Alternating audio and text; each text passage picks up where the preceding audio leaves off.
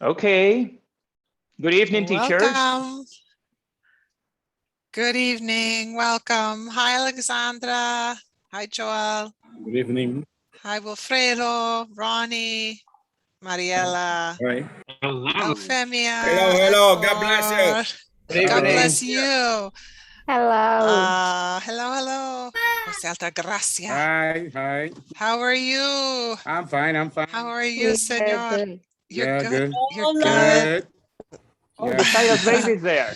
Here is Oh, there's Hi, Joel. good afternoon. Joel Jr. Hello. Hi, Hi. Carmen. Hello. Good afternoon, everyone. Hi, Hello, Professor everyone. Good Valdez. Hi, afternoon. guys. Hi, Hello, everybody. Welcome. Hi, Janet Hello. Luberon. Good afternoon. good afternoon. Hello. Good afternoon. Good to see Hi, you. Ezequiel. Very nice to see you. Tinio, Rossi, beautiful. So Nice yeah, we're to see opening. Good you. afternoon. Nice to see you. Lorena, good to see you. So let's go into the chat and see how everybody is doing.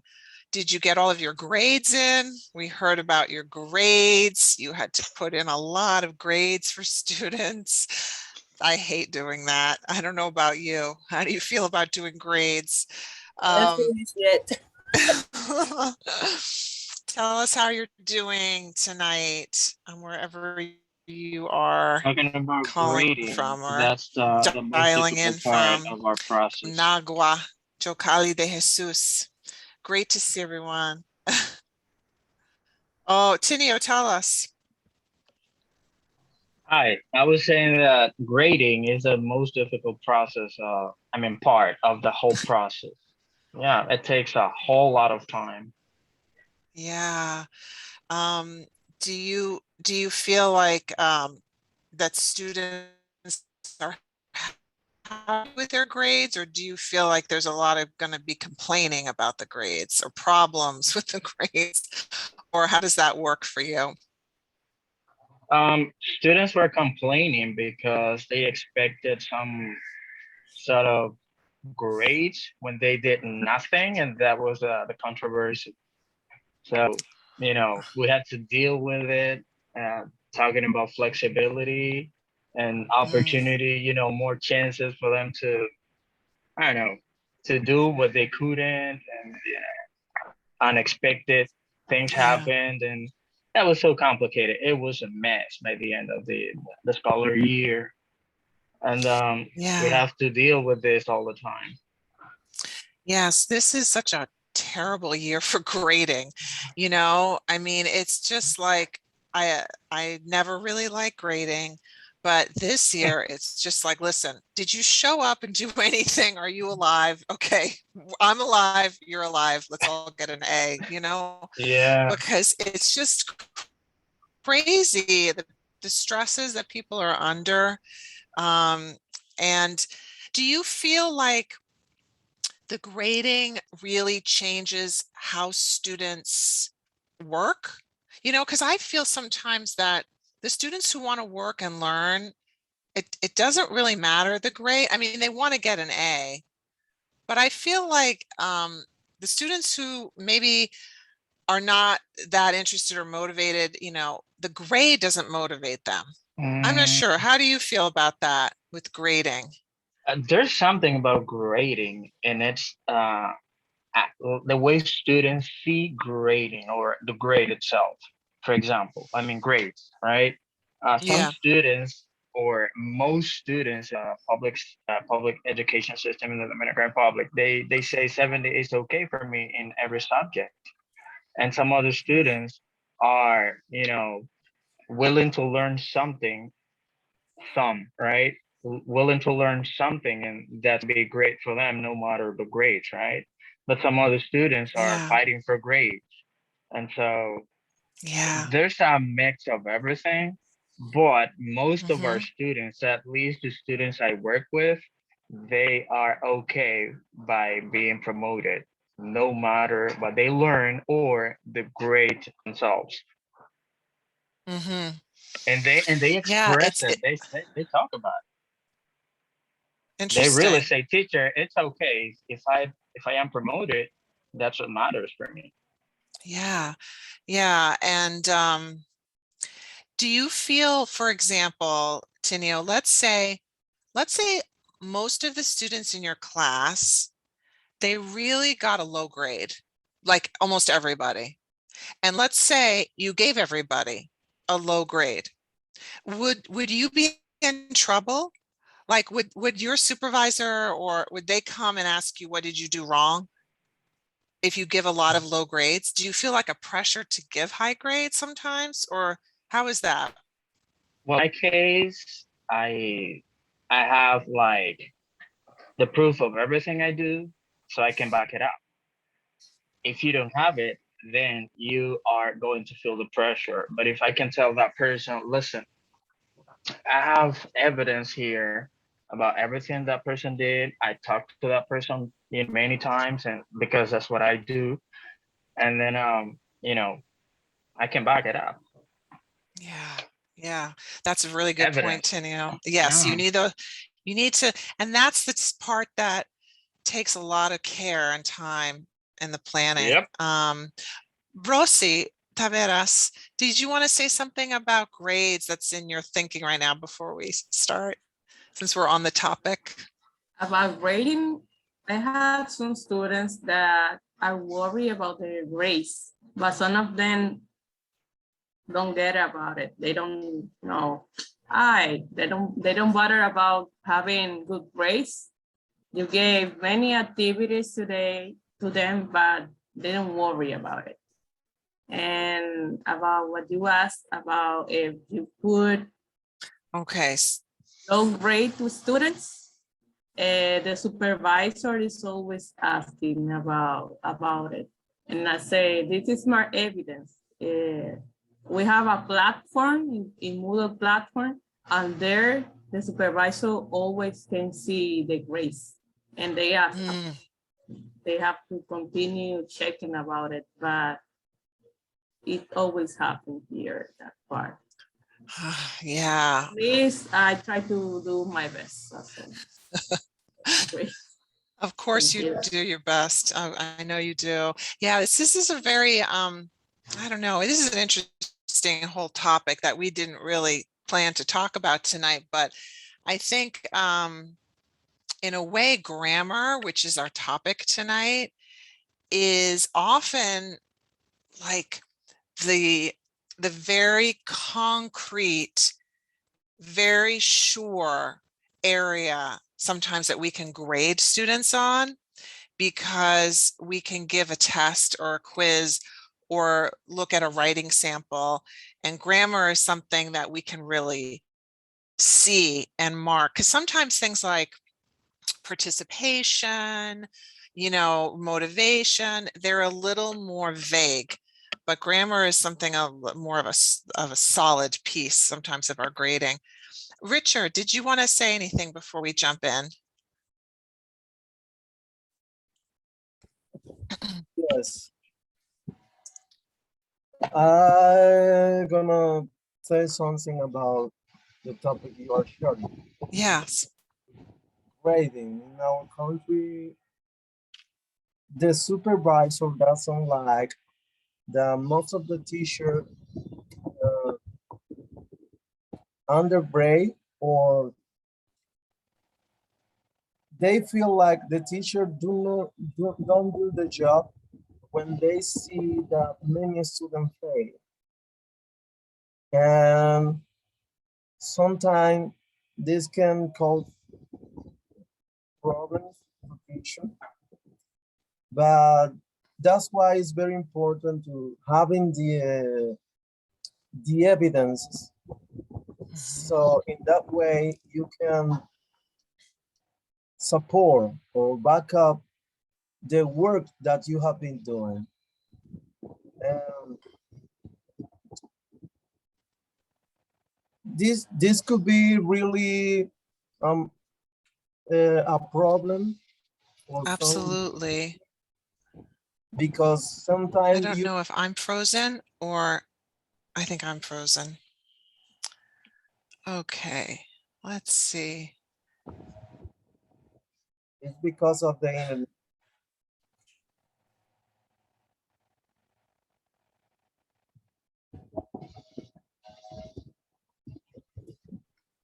Sorry, my internet is not great. I'm probably freezing people. Okay, now I was gonna ask Richard. Richard, you know your students have no materials, they have no connectivity, they had no access to class but on WhatsApp or a message. So talking about grading this year, honestly, it is not objective whatsoever. I mean, you cannot blame Dominican students for not being interested when they have honestly not had even materials for class for years. And the timing that's dedicated to teaching English is not about the effort you make as teachers, but the fact that the subject of the school system are actually the students. And if they don't have the minimum requirements to even take an English class, I guess at this juncture, measuring students' interest is not even fair or objective, because what they've been offered by the system, it's not in any way inspiring or motivational to even gauge whether they are into learning English or not, or whether they want to do it, or whether they dedicate their time to it or not, because honestly, they have never been offered a true English program. So Yeah, yes, I agree with that. And I know that's happening, but sometimes, you know, the supervisor don't want you pay the student. And but I think that there are many factors that should be taken into account in order to be fair about it. right, because honestly, to do a serious grading or evaluation, you should at least have a program, and you don't. And I'm talking Yeah. about your students. Exactly. I mean, I insist upon the simulation of English in public education, because your supervisors, of course, have a job to do, and their job is more about compliance than it is about performance. It's not about, they are not concerned about your students' performance or their level of language skills or language development. They're more concerned about compliance, filling up a register book, keeping records that, of course, are not true. So I'm just actually advocating for students' position, because it's not about your students' interests or their performance, because there's no actual performance, because there's no actual English program. So I guess it's not objective whatsoever to talk about grading or talk about learning English yet. Let's see what happens once you have a real English program, because again, we are just talking about something that's a facade. It's just a nominal program after all. It's just, honestly, for supervisors, for teachers, for students, for the whole system. So when you talk about grading, I only wonder, grading what? They are attendance, they are going to school, because there's no way whatsoever that you can grade or evaluate any level of language development. You know, the way public schools work. Objectively speaking, you could actually, you could possibly gauge, evaluate, or measure they are going to class, they are being there. But again, learning is more psychological than anything.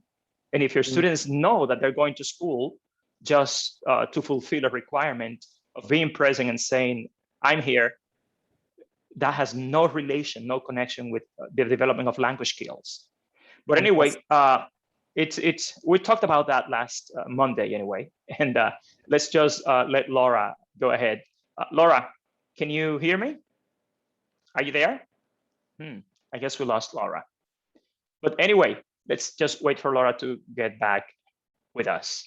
Again, grading, I would just take this year as it has always been and complete it, and let's just hope for a new beginning in September with a new school year. And then we will be able to objectively measure whether our students are interested in learning English, how much engagement, involvement, performance, language skills they can actually develop. And then we will be able to seriously and objectively evaluating, measuring, and grading. Though I believe that grading is degrading, But anyway, let's just see what happens in the upcoming school year, because in all honesty, there's no objective measure of your students' language development if they don't even have a class. This year, only 4 subjects in this country received learning materials: mathematics, social studies, and science. All other subjects, especially English, students had no material whatsoever. So what is it you are grading? They are being in WhatsApp, they are sending you a message by WhatsApp, they are watching a TV program you have no control over, and you yourself have no participation in. So let's I guess this year will be one more. Are you back? Great. I'm back. I had a heart attack and I died and I freaked out. So you provoked I'm a back. very interesting conversation. Let's just go ahead anyway. Okay, good. Good. I wanted to hear what people were saying about grading. Give me the synopsis. Well, basically, what did I miss? No, but basically the fact is that teachers are being asked to put in a grade for classes that didn't even come about. And there's no way, no objective scientific way to measure students' language development or performance in an online program that did not exist. So it's been more about compliance than it's been about performance. So I guess that's the usual thing here, which we expect to change next year. Let's just begin with Laura now. Yes. Okay. So welcome back. And my apologies. My internet is not very good tonight for some reason. So if I freeze up, I think I'm frozen again for some reason. You're not. Hopefully it'll start. You guys are frozen for me, but as long as I'm good. Okay. So let's jump in and we're going to be talking about, oh wait, I just need to be able to share my screen if you want to make me co-host again. I'm sorry. Yeah, because you have to sign in again. Now you are. Okay. Okay. You're ready. All right. Awesome. Here we go. All right. So I'm sitting in another part of my house. Hopefully this is going to work a little better for us. And I said, I got to be able to chat with my people here. I'm glad we're all here. Okay. So we're going to be talking tonight, as you know, a little bit about grammar. And I saw that, you know, some of you wrote in the chat about students' feelings about grammar, you know, that somehow grammar is boring or that students don't like grammar. So I'm curious about that. And hopefully, as we talk a little more tonight, we're going to kind of explore about grammar and really how wonderful grammar is, how important it is too. Last time we were together, we talked about writing, and we talked about how we needed to do a few things as we develop students as writers. And one of the things we talked about was using different kinds of support, that some students need more support than others. We talked about using different kinds of writing, like not just always the same paragraph, you know, kind of assignments, but sometimes asking students to write emails or writing poems or different kinds of writing. We talked about how important it is to get feedback on your writing, that you make time to conference with students, giving them reaction and feedback to the writing they're doing. And we also talked about the importance of publishing, so that when students finish writing, let's say they write a book or they create a poster, that there's a place to celebrate that and share that and honor that work. Okay, so tonight we're going to be talking about grammar, and I hope that you will follow along with me. I'm going to be giving you some statements, and they're maybe a little academic, a little theoretical, a little complicated. So forgive me for that. But I really want us to think deeply about grammar and its role and how we approach it when we begin planning. So I want you to decide if you agree or disagree with some of these statements, and you can just post in the chat any of the thoughts that you have, okay? So the first statement is that when we give instruction to learners in order for them to learn English, they need a couple of things. They need both the rules to follow for grammar, but they also need just kind of set expressions that they can immediately use and begin to interact with native speakers. Okay, so that's the first statement, and I see a couple people are posting what they think about that. Okay, let's go to the next one. The next statement says that when we work with learners learning English, that we really should focus on meaning, that the meaning that they're trying to communicate is the most important aspect when we are teaching English. Okay, let's see what you think about that. Wonderful. Okay, now what about this one? Okay, instruction needs to ensure that learners also not just focus on meaning, but also focus on form. Focus on form. So not just meaning, but also form. Form means the structure of English, the grammatical structures, and also the rules of lexicon. Okay.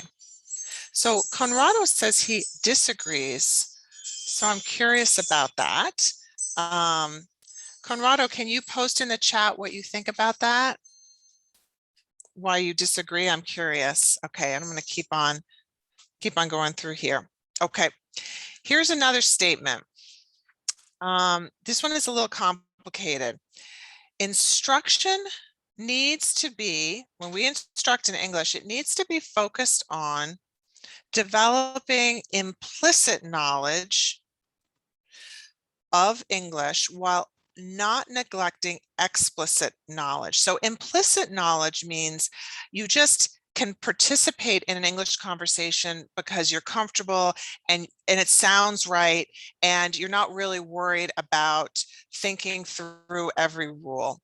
On the other hand, sometimes you do need to think explicitly about rules and have those, and that's that monitor hypothesis, that at times we monitor what we're saying and we think about, is that correct or not?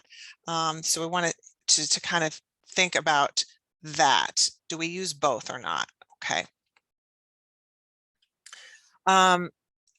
Another statement that I'm curious about is whether you think when you're planning to teach English that students have kind of a built-in order in which they can learn different structures of English. So certain things are going to come before others, okay, as they're learning. Great, a lot of people agree with that. And thanks everybody who's working in the chat. I really appreciate it, even if it's like, hey, I agree as well, or if you want to say something too. Okay. What do you think? What's your opinion? Successful English language teaching requires a lot of input in English. So for students to learn English well, they need to get a lot of input in English. Okay, great. Thanks, everybody. And this is an interesting one we're going to come back to, because you've told me that a lot of the English classes actually are given a lot in Spanish. So a lot of Spanish is used in the English teaching classroom, and yet you're agreeing that students need a lot of English to learn. So I definitely want you to think about that. Successful English teaching requires opportunities for students to give output. Students have to produce something in English. What are your thoughts on that? Do you agree or not with that? Okay. true. All right, let's see. How about this one? The opportunity to interact. So not just have input and not just have output, but actually have interaction back and forth in real time with an English speaker or in English. Is that important? Okay. Of course, he says. Okay. All right. Does your instruction in English have to take account of the differences in your learners, the motivation differences, the interest differences, the background differences, the prior learning experiences? Okay. Interesting comments here. Okay. When you are assessing your learners' proficiency, how do you assess it? Do you assess it, or do you think it's important to assess in controlled, fill in the blank, matching, right or wrong, multiple choice type controlled activities, as well as just open or free type of activities where the output is a little more open-ended? What do you think about that? Okay, so there's been a few comments so far. Almost everyone has agreed with all of these statements. I mean, this is crazy, right? Everybody's agreeing, nobody's disagreeing. Okay, and now you'll disagree just because I said, hey, why not? All right, so you are 100% on the money. Awesome English teachers, because you know that these are very important research-based principles for English language teaching. And these are those 10 principles from Rod Ellis that most all of us are familiar with from our training to become English teachers.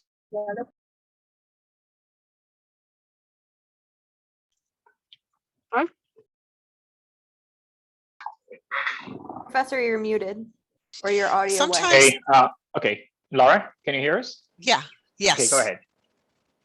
Yes. Can you hear me okay now? Yes, go ahead. Are you able to hear me? Sure, go ahead. Yes, no? Yes. Can you hear me? Yes. Can you hear me? Can you hear me? Yes, we can hear you, Laura. Yes, yes, we can. Okay, perfect. Yes. Okay, great. Hear you. Yeah, just tell me if you can't. Okay, I'm having a delay. Sorry. I have a delay on my side. Sorry. Okay, so with these principles, we have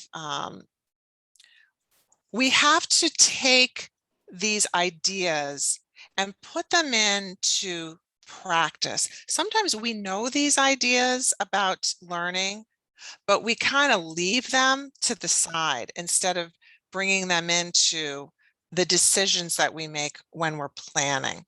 So when we are looking tonight at different ideas of teaching grammar, I want you to remember some of these ideas, the importance of both the meaning and the form, and the importance of a lot of English input and output and interaction. And think about your classes and whether you have that environment created in your settings. Okay, so, whoops, we're going to go to actually Cora. So Cora, if you want to take over. Any introduction, or should I just jump in? I'm going to mute my video. All right. So, Dobry den, všichni. Moment. Dobrý den, já jsem Cora, já jsem učitelka.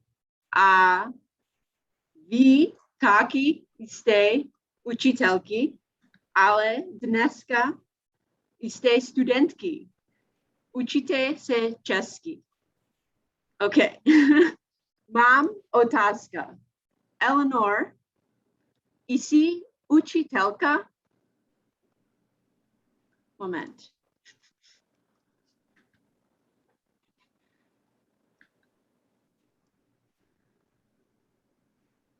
Eleanor, jsi učitelka? Me? Ano. Mluví, říkáš, jo, jsem učitelka, nebo ne, nejsem učitelka. Jo jsem učitelka. Děkuju. Frederick, Yes. mám otázka. Jsi učitel? Jo jsem učitel. Dobře. Jo, jsem učitel. Protože ty jsi muž, ale Eleanor jsi žena. Kdo chce odpovědět? Učiteli, kdy chci odpovědět? Například si. Let's see more people. Let's see. Claudia. Claudia Jackson. Jsi učitelka?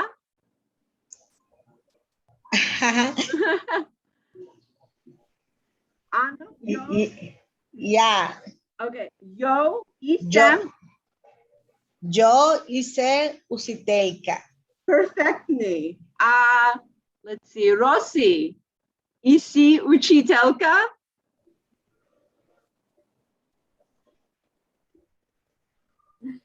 Yo jsem učitelka. Perfectly. Let's see. Hector Alvarez. Jsi učitel? Well, I don't understand that. Já říkám, jsi učitel a ty říkáš, jo, jsem učitel. Yo jsem učitel. Perfektně. Tak. Další téma. Otázka je, máš ráda kočky? A já jsem žena, já říkám, jo, mám ráda kočky. Mám ráda kočky. Ale máš ráda psy? Ne, nemám ráda psy. Tak, Rosa Serata, máš ráda kočky? Máš ráda kočky? A to je otázka. Máš ráda kočky? A ty říkáš, jo, mám ráda kočky? Nebo ne, nemám ráda kočky? Že mám ráda kočky, nemám ráda psy. Psy, jo, psy a kočky. Máš ráda kočky a psy? Nebo ne? Repeat, please, teacher Cora, the last one. Nemám ráda psy. Psy. Jako P, S, I. Psy. That's strong. Yeah, to je těžký. Galia, máš ráda kočky? Já mám ráda kočky. Jo, mám ráda kočky. Jo, mám ráda kočky. A máš ráda psy? Jo, mám ráda kočky. Okay. A psy? Kočky a psy? A psy. Tak. To je... All right. Mám hodně zvířata. Kočky, psy, Ribi, Hadi. Niekto chci mluvit česky? Niekto? Ne, ne.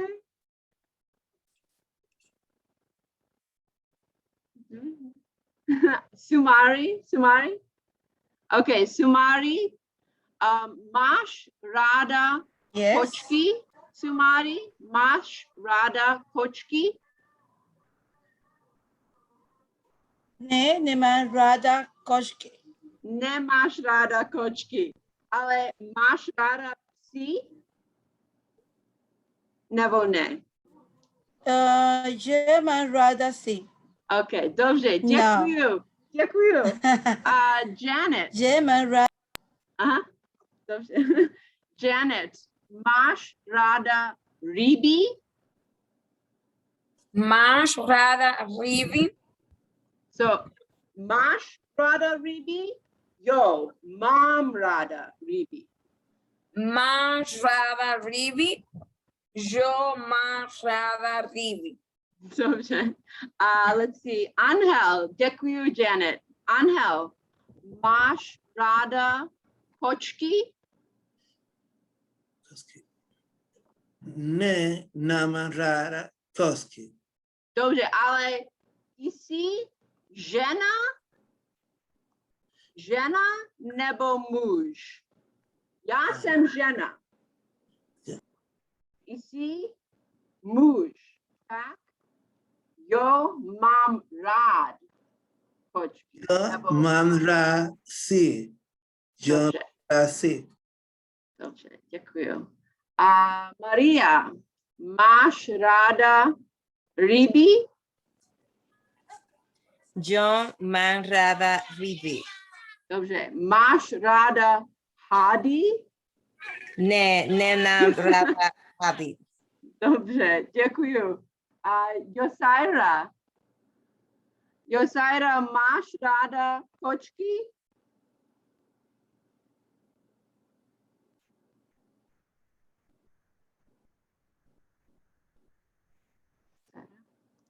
Josaira, you're muted. German rád kočky. All right. Ty jsi žena. Říkáš, jo, mám ráda kočky. Jo, mám rád kočky. Dobře. Poslední, Claudio, máš rád psy?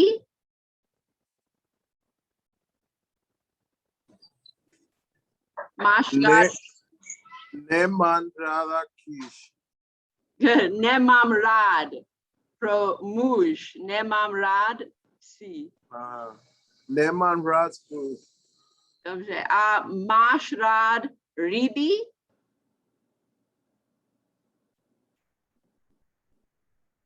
Claudio, máš rád ryby? Je mám rád fish. Ryby, fish, ano. Estelle, máš ráda hady? Oh.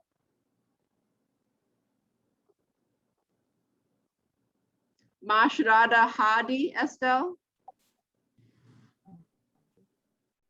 Ne, nemám ráda hady. Perfektní. Conrado, máš rád ryby? Ne, máš ráda ryby. So, nemám rád. Nemám ráda ryby. Okay. Okay. I think we get the idea. There is some grammar here. So, move to Czechsky. You now speak Czech.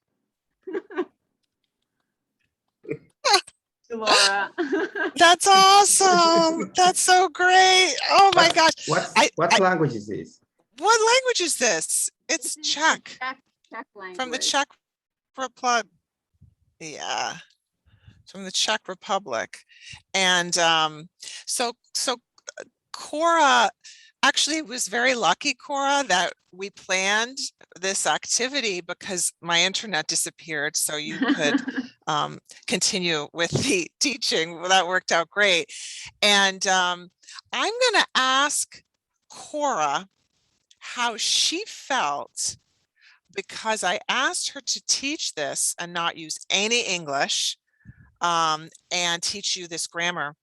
And we chose to teach you this language because we said probably nobody knows it, you know, because if we did French, maybe a lot of you know French, so it's not quite the same.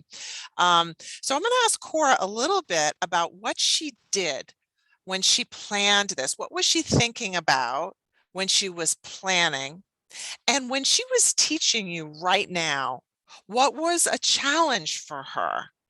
And then I want to hear from all of you, and maybe in the chat, what was it like for you, this experience of being a student of the Czech lesson, the grammar lesson? So Cora, tell us a little about your planning or thinking as you were designing the activity. Excuse me, and then tell us, you know, how you felt when you were in the activity. Okay, so thank you, Laura, for letting me use my small amount of Czech language. I was planning to teach you something very simple, and so I tried to start with something that we could all agree and say yes to. So I chose some pictures of teachers, and I hoped everyone would understand that I'm asking, are you a teacher? So I put questions and I put answers. I don't know how clear that was, because the word Otaska sounds nothing like the word question, but we do have a question mark, so I was hoping. And then I put the answer here, but in the Czech language, it's different for men and women. You say different words. So if a man says, "Jsem učitelka," it would be very funny because he's a man and he's saying, "I'm a female teacher." So I wanted to make it clear that there's a man and a woman. So I tried to start simple and then give you something that might be a little bit fun, but also simple, like, do you like cats? Do you like dogs? And again, we had to think about, am I a woman? I put the A. Am I a man? I don't put the A. So it was like a simple lesson, but actually so much work went into thinking about, what do I teach first? How much information is too much? And when can I go forward? Because maybe they didn't get the first thing and then I'm going to the second thing.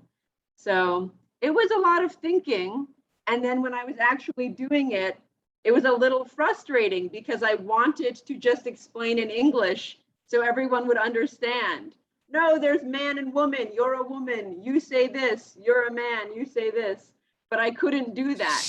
So it was a little bit awkward, maybe, trying to explain without ever using the English language.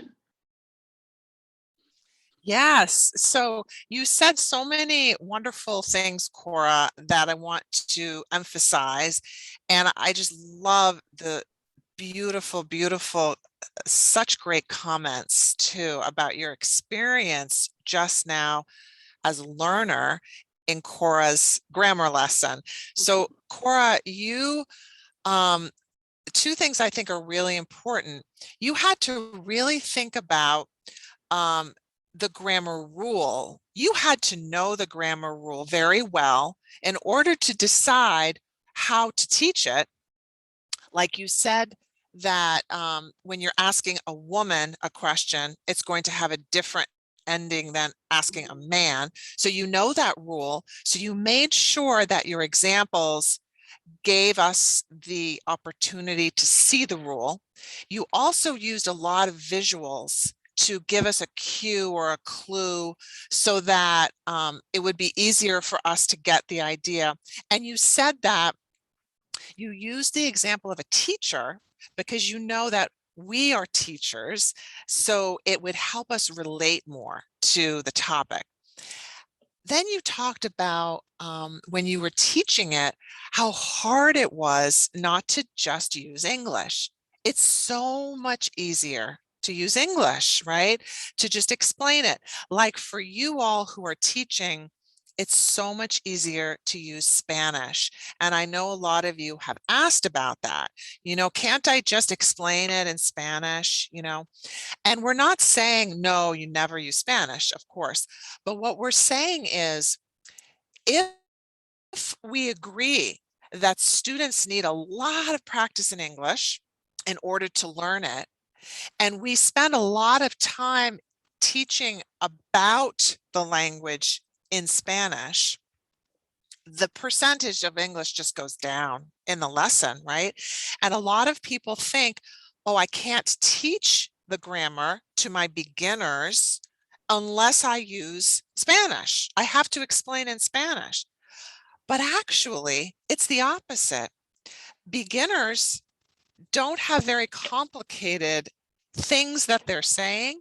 You can usually use pictures and gestures and videos, and you can give them the grammar directly, just using English. Sometimes when actually a student is much more advanced and you need to explain something that's more sophisticated, that's actually when using Spanish might be more helpful, because it's something more abstract or very subtle. It's very difficult to do it without using the home language. So I loved how you all participated in this lesson. You talked about feeling like a student. What's that like again? Because we forget. You talked about in your comments about that Danelli says, we need really clear materials if we're going to go in and try to teach using just the target language. You talked about how at first you wanted to just give up, maybe like, I don't understand this. What are they saying? But after a little time, she kept repeating. Maybe you didn't understand, but then you see another person answer, and after some repetition, you realize, oh, that's what's happening. You talk about using all of the different language resources you have. Does it look like something? Maybe sigh does not look like a dog at all, but nay, that sure sounds like no to us, right? So that's something that we can grab. Maybe we're wrong. Maybe that doesn't even mean no, but we start to look at the pieces that we understand. Orenson says, I felt so strange, like a child in quantum physics. So language is very complicated and beautiful and mysterious, and we want our students to see grammar exploration like scientists, like something that they can have an idea, hypothesis. Ooh, maybe is that a no? Does that mean a woman? Because that's the critical thinking. And so grammar should never feel boring. It should feel like maybe not quantum physics, but like an interesting experiment that we're trying to understand more of. Cora, do you want to say anything else before any other thoughts you have? Yeah, just reading. Thank you for that great summary of what I was trying to get across. I think you hit all the big points there. And I wanted to also mention that from reading these comments, for example, some students, you being the students right now, are saying, I didn't know if you meant I have a cat or I like cats. And so even hearing that feedback, like, okay, this student was really bored today, but when I asked them at the end of class, why were you not participating? And they can tell me, I had no idea if you were saying I have or I love, and I didn't want to be wrong, so I didn't share. So then I know next time I need to make the heart really big. I need to do more gestures. I need to give more examples. So I thought that was great. Thank you for everyone in the chat and everyone who volunteered, because it helped me to be a better teacher for next time when I try to teach the language again. So that's a really nice parallel. So Cora is talking about not just the students as scientists, experimenting, trying to understand, but us as teachers, we're always looking at, as we said before about grading, looking at the evidence, looking at what students are doing and adjusting ourselves. Some of you felt lost, you know, but over time, you would probably begin to understand, right? And sometimes I think we don't like students to struggle. We don't like students to be lost. So we jump to give them the answer, maybe explain in Spanish or in here, explain in English. And we do it too early. We want to have faith, belief in our students that they can do this. It might be a little uncomfortable. It might be a little struggle, but they will get it. And when we take away the challenge, the discomfort, the difficulty, I think that's when it becomes boring, because the student becomes very reliant on the teacher to just explain everything to them. You know, Mr. Just tell me, Mr. Just tell me. So we want to create a culture of, you can do this. I'm going to keep saying it until we figure it out. And like Cora said, maybe I need a different picture. Maybe I had too much material, you know, maybe I needed to repeat more, whatever. And look at, we have, Cora has, you know, 200 Dominicans now speaking Czech. So I think that's pretty cool. All right, so let's think about what just happened there. And I want to talk about a couple of things, and then we're kind of come back to what Cora did. And because I'm sure we could talk a lot about that, actually. So in teaching grammar, there are these sort of different ends, you know, thinking about meaning, thinking about form, thinking about fluency, thinking about accuracy, you know, and balancing. And I think these two are not talked about enough. So I want to talk about these a little bit tonight, which is descriptive grammar and prescriptive grammar, and inductive teaching and deductive teaching. So I'd like you in the chat, does anybody know, what do I mean by descriptive or prescriptive grammar? Okay, so in the chat, tell me if you have an idea of what those terms are. And I'll give you a second to type in your ideas about that. Okay, let's see. Wonderful. Nice. Okay. Okay, great, Johnny. So descriptive and prescriptive. So Rossi Tavera says prescriptive has to do with the rules, right? She's onto it. And every rule. Okay, and then how about Janira, rules versus actual use? So Janira Suero, Janira, can you unmute and tell me what you think? Because you are on the money. You've got the right idea, Janira. Yeah, hi everyone. So hello. Descriptive grammar would be like I said, like explaining exactly the rules. For example, don't say don't go to the park, double negatives, for example. It's explaining like exactly the rules as mandatory, let's say. Prescriptive is the real life. How is the language actually used in real life communication? That is the basic idea that I have about this. Okay, yes, that's perfect. I think just the names, we just have to flip the name. So descriptive means, like you said, just describing the way English speakers actually use the language, right? Prescriptive is about giving you rules that you're supposed to memorize and follow, okay? A lot of us use a combination. Sometimes we give students rules that they must follow, especially at the beginning, because it's less confusing to them. And then as they get more language, they begin to notice, but that's not how the English speakers are saying that. They don't talk that way. They don't talk like my textbook, and they begin to notice that. So one of the things I think is important when we look at language descriptively, we're more honest and more like scientists, noticing how people say things. You know, that example you just gave when you said, don't ever go to the park, and you wouldn't say, don't never go to the park because it's a double negative. And yet you will hear people saying, he don't never go to the park, right? So they might use a different form, but it doesn't mean always that it's wrong.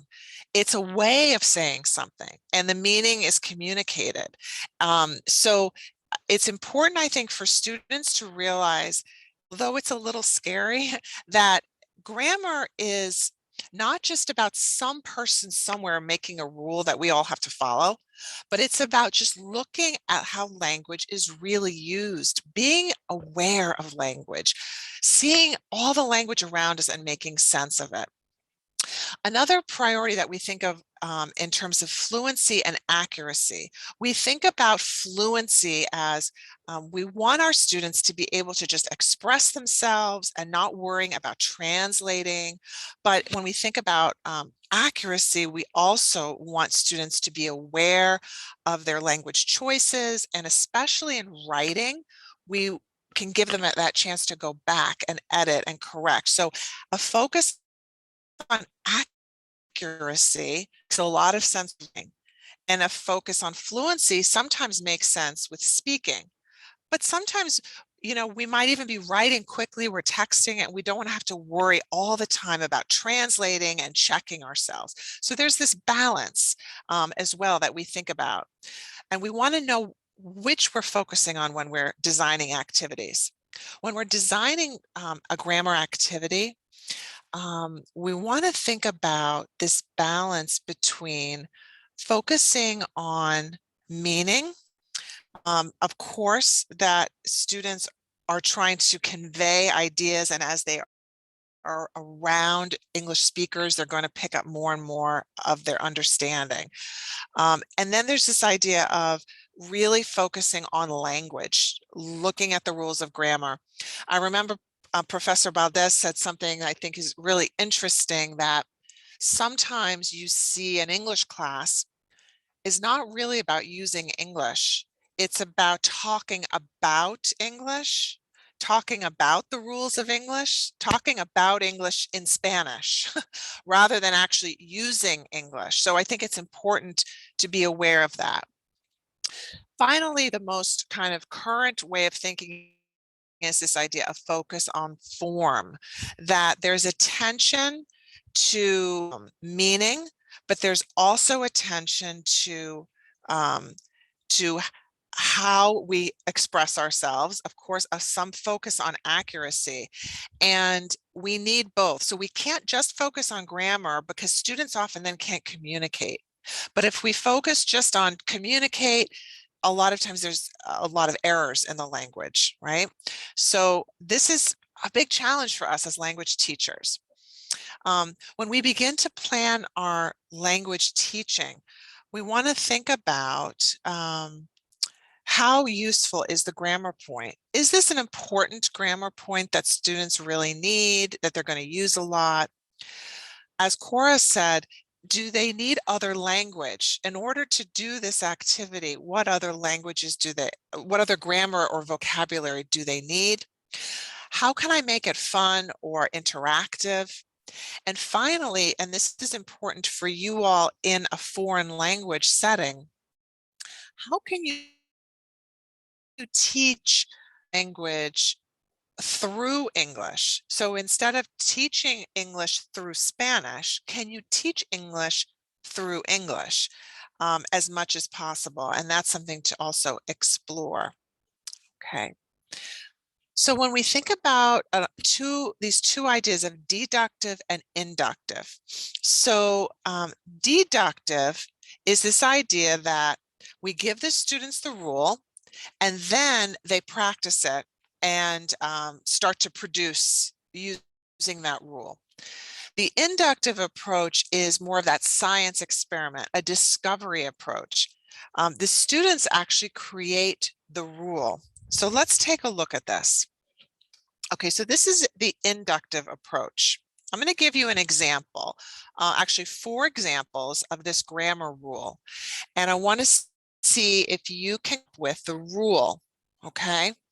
So the first example is, if I won the lottery, I'd travel around the world.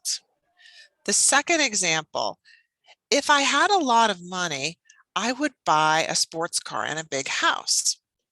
Number 3, we might buy a larger house if we had more money.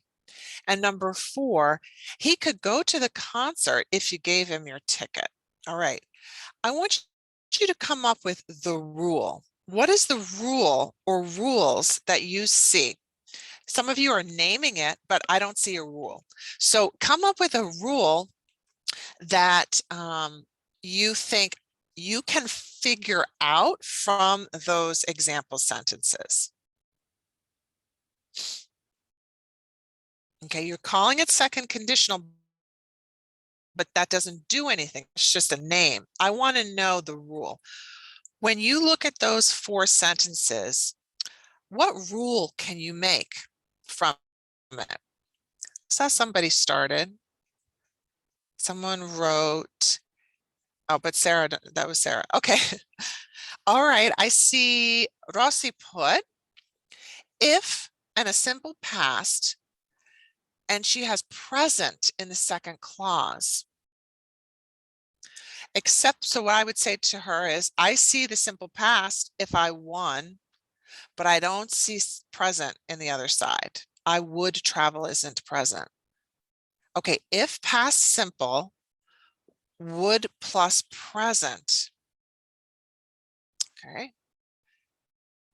let's see.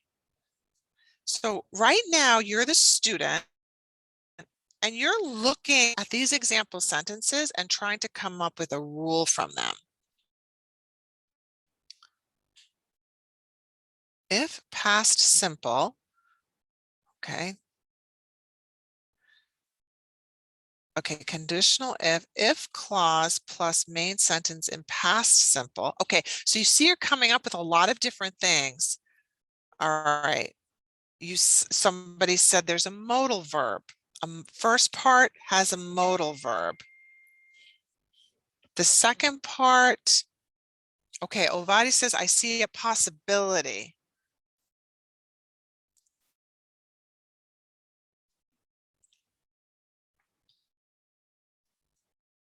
It doesn't have to be in the first part. Denny says, if the first clause is simple past, the second one needs would. Okay, and it's some kind of a possibility. Is it a prediction, or is it something that might happen but may not happen? What's the situation? Okay, good. Keep going. I love it. Okay, so it's something unreal. It's not, it hasn't actually happened. Okay, so Jose Altagracia says unreal. It's not real. It's not a real situation. I can see that. I see modals. I see this if plus simple past plus would in the first clause. Okay, great. So you see how you're exploring and you're presenting a lot of different rules and ideas here.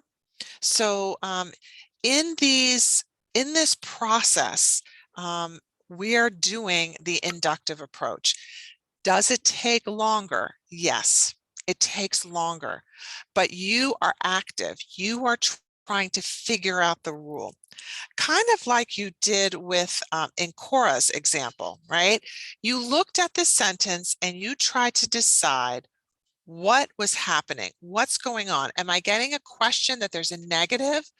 If I want to say a negative, which do I use? All of that, right? Excellent.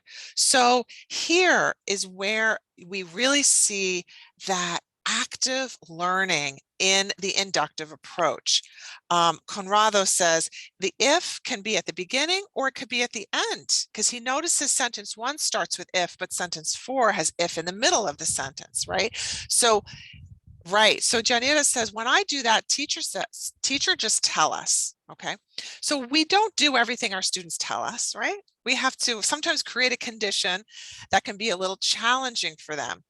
Maybe if we give them a chance to work in a team or with a partner, who can figure out one rule? What's one rule that you can figure out? Or obviously, I gave you 4 complicated sentences. You might just give students 1 sentence that's a little bit simpler, right? As they're working to figure out the rule, this is where the grammar brain really kicks in, really thinking about language, thinking about everything they know, and putting a lot of attention, right? They have to look at this sentence over and over and over to try to see, is there a rule that I can use for all 4 sentences? Or does this rule only work for sentence 1 and 2? But somehow sentence 3 and 4 are a little different, right? Okay, so we need to create those kind of opportunities to try to explore in that way. Okay, so once I give students that chance to figure out the rule, maybe some of the students would say, well, I noticed that 1/2 of the sentence is if plus simple past, and the second half is would and a base form, or would and continuous. Or they might say the situation is hypothetical. These are some of the things that students might say. Then is where I'm going to do some of those practice activities, right? Where I give them a chance to match or a completion or a dialogue. And now they're going to practice the rule. Then I'm going to give them a chance to present in a context. I'm going to give them the chance to create their own sentences using the rule. So I'm going to give you a second. Can you use the rule and this language? Do, if, win the lottery. You can make any kind of sentence or a question using that language. I'm going to give you a moment to do that.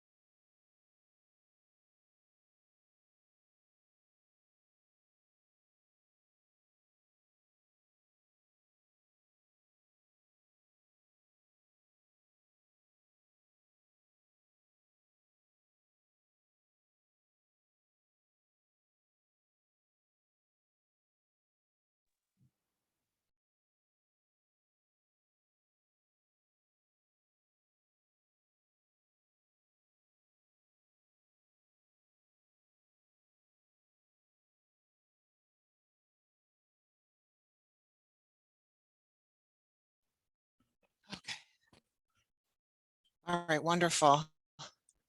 Look at this. This is beautiful. Okay, so here I can start to see so many sentences that use the rule. And then when I see a sentence that doesn't use the rule, I can bring attention to it. So let me see. So I'm going to give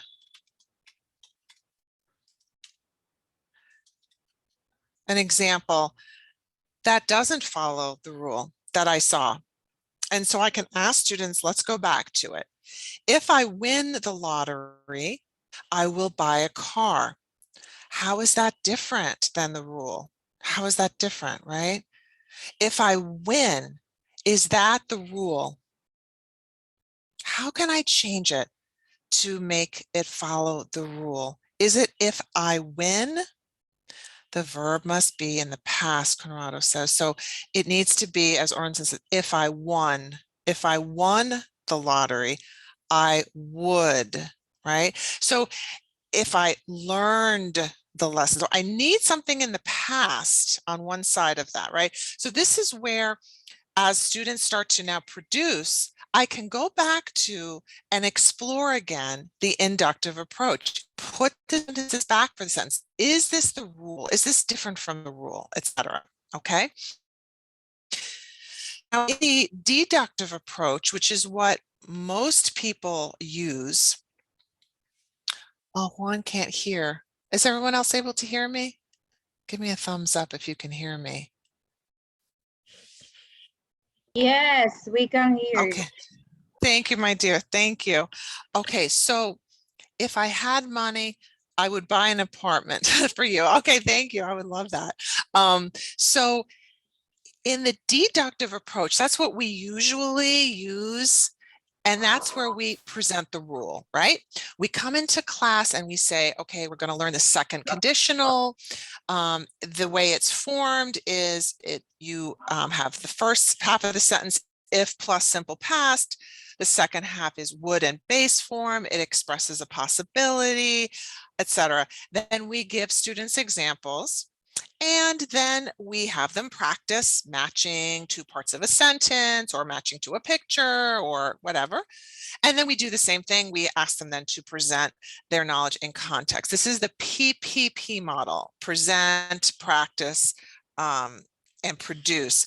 The question is, which one, inductive or deductive, should we be using? When be using the deductive approach? When should we be using the inductive approach? So that's something that I would like to ask you to think about for a second. Do you think that one is better than the other? Oh, Delio. What are your thoughts on this idea of the deductive versus the inductive approaches? Okay, so I'm curious about your thoughts. Which one is better, or which one is better for which kind of students? When would you use one or the other? I saw before when I can't remember who it was, someone said, you know, when I give inductive approach where the students make the rules, they don't really like it. You know, they are just tell me teacher, right? And so a lot of times I do the deductive. I tell them and then they practice. But then they say, teacher, the grammar is boring, right? So you're giving me these rules and then I'm supposed to practice them. Okay. So what do you think? So let's see. Teaching rules we want to induce or pull out. Mariella says, I like the inductive approach, even though sometimes it's harder. Okay, so I'm curious about what you think about that inductive versus deductive. I'm going to go back to this, inductive and deductive. So let's see, what are your thoughts? I want to just hear from a couple of people quickly, any of your thoughts on this, or, you know, reflections on inductive and deductive.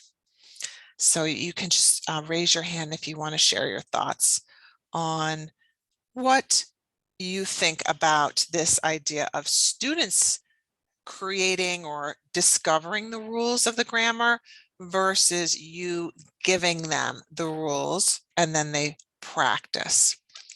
So any thoughts on that? Okay. Lucrecia, why don't you tell us what you think? Yeah, teacher, good afternoon. Oh, Good evening. afternoon. Good evening. I know, it's Yeah. nighttime now. I prefer inductive. Most of the time I use this with my student for secondary school. When I have to teach a new grammar, I bring them exams or I bring them a text. We read it, we sing the song, we do many things. Also, we make exercises. At the end of everything, I ask them, what do you think where we were working with? And most of the time they told me the grammar that we were using, even though they don't know it, because they see the repetitions in many times, and exercises in the song and everything that we do. Also, we do role play and many things. And then they said, oh, we were working with that grammar teacher.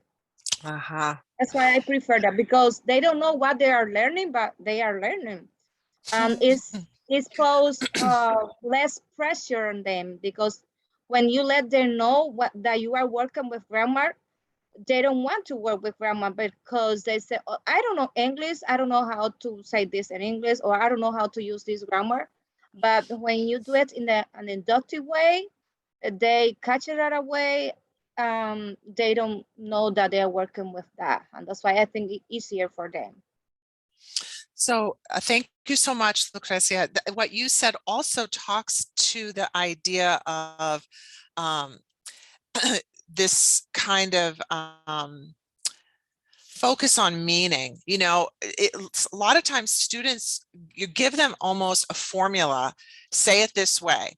If I were the president, I would. If I were the president, I would. And they don't really understand the rule, but they're repeating it and they're playing and they're practicing. And then later you actually go and look at the rule. That's a very powerful approach, because you're using that aspect of more of the naturalistic language, but then you are using that kind of scientific approach too and unpacking the language. Wonderful. Thank you. Janira, what are your thoughts? Well, my thoughts are similar to Lucrecia. Hi, Lucrecia. Remember on the bilingual project. Oh, nice. So it's similar, because I think that there will always be students that like to control, like have a control of the grammar, they like formulas, but I think it's not the majority. Most of them, specifically children, is better inductive way, the inductive method of teaching grammar. So for me, what's better when we present a scenario, a story, maybe a picture, and we started from that point, and then I guided them to notice, right, like some patterns, like making questions, etc., to discover by then the grammar. So for me, inductive is the best way to present. As I said before, there will always be students that like to go straight to the point. But after we have reached that moment when they have discovered or noticed, then we can see how many of them could reach like the idea of the grammar, or catch the points, or infer the grammar points, and then we work maybe deductive if is necessary. And I think that way we cover both a kind of different kind of learning styles, let's say. Very nice, Janita. So I like how you mentioned those students who just want to get to the point. You know, they just want to go, give me the rule. I want you to think about your experience tonight with Cora and her lesson. That was an inductive kind of lesson. And you're probably going to remember that experience more than what I'm saying or my rules because you experienced it. And even though you struggle and maybe you didn't like it at first, oh, I don't know what's happening. It brings a lot of attention in the brain to all that energy is trying to figure out what's happening. Conrado.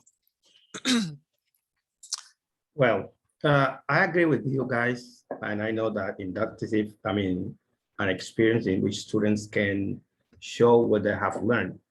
But for induction, you also need deductions, because, for example, I work in a high school, and I think students, when you give them structures of grammar, they feel like a little afraid about it. But you need that, because for them to speak, for them to produce, they need to have certain rules.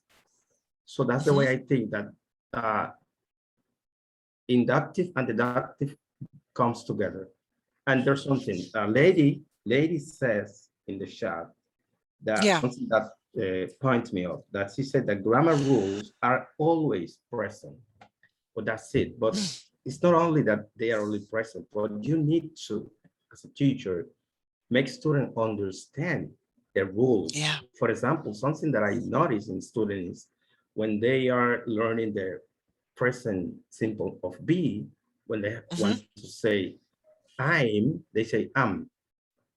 So in that case, you need to set them in the correct deductive grammar situations, So they need to have deductive first and then the inductive. I know that teaching inductive approach is easier even because, students feel better and more comfortable about it. But I think that you need first to work in the deductive one for you to have a student with a great,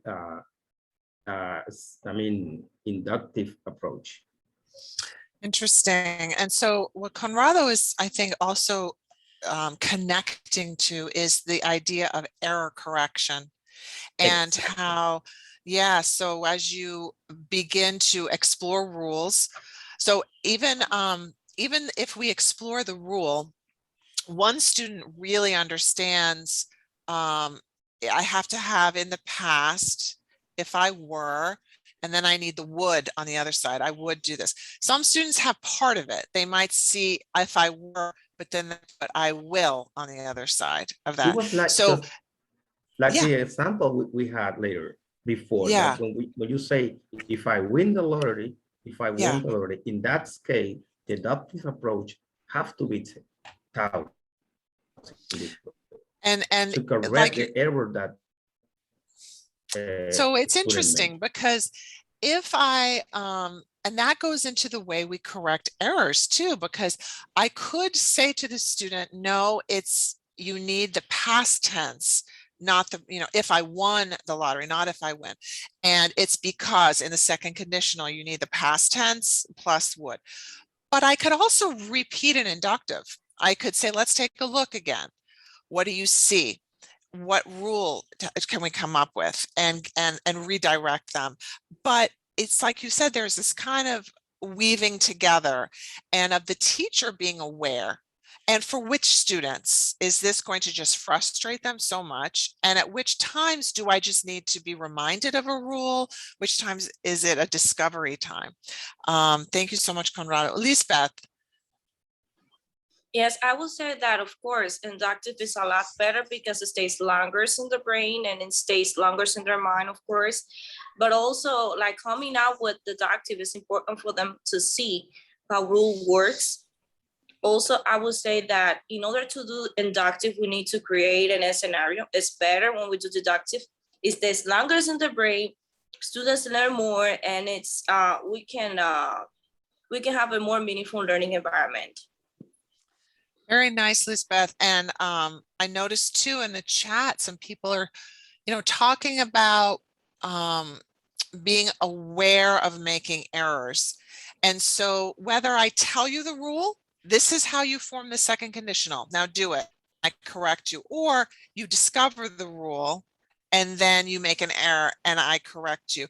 That whole idea of are errors really great because that means students are trying? You know, what's the environment around errors? That's like kind of a whole other piece of it, because no matter how I present the grammar in the first place.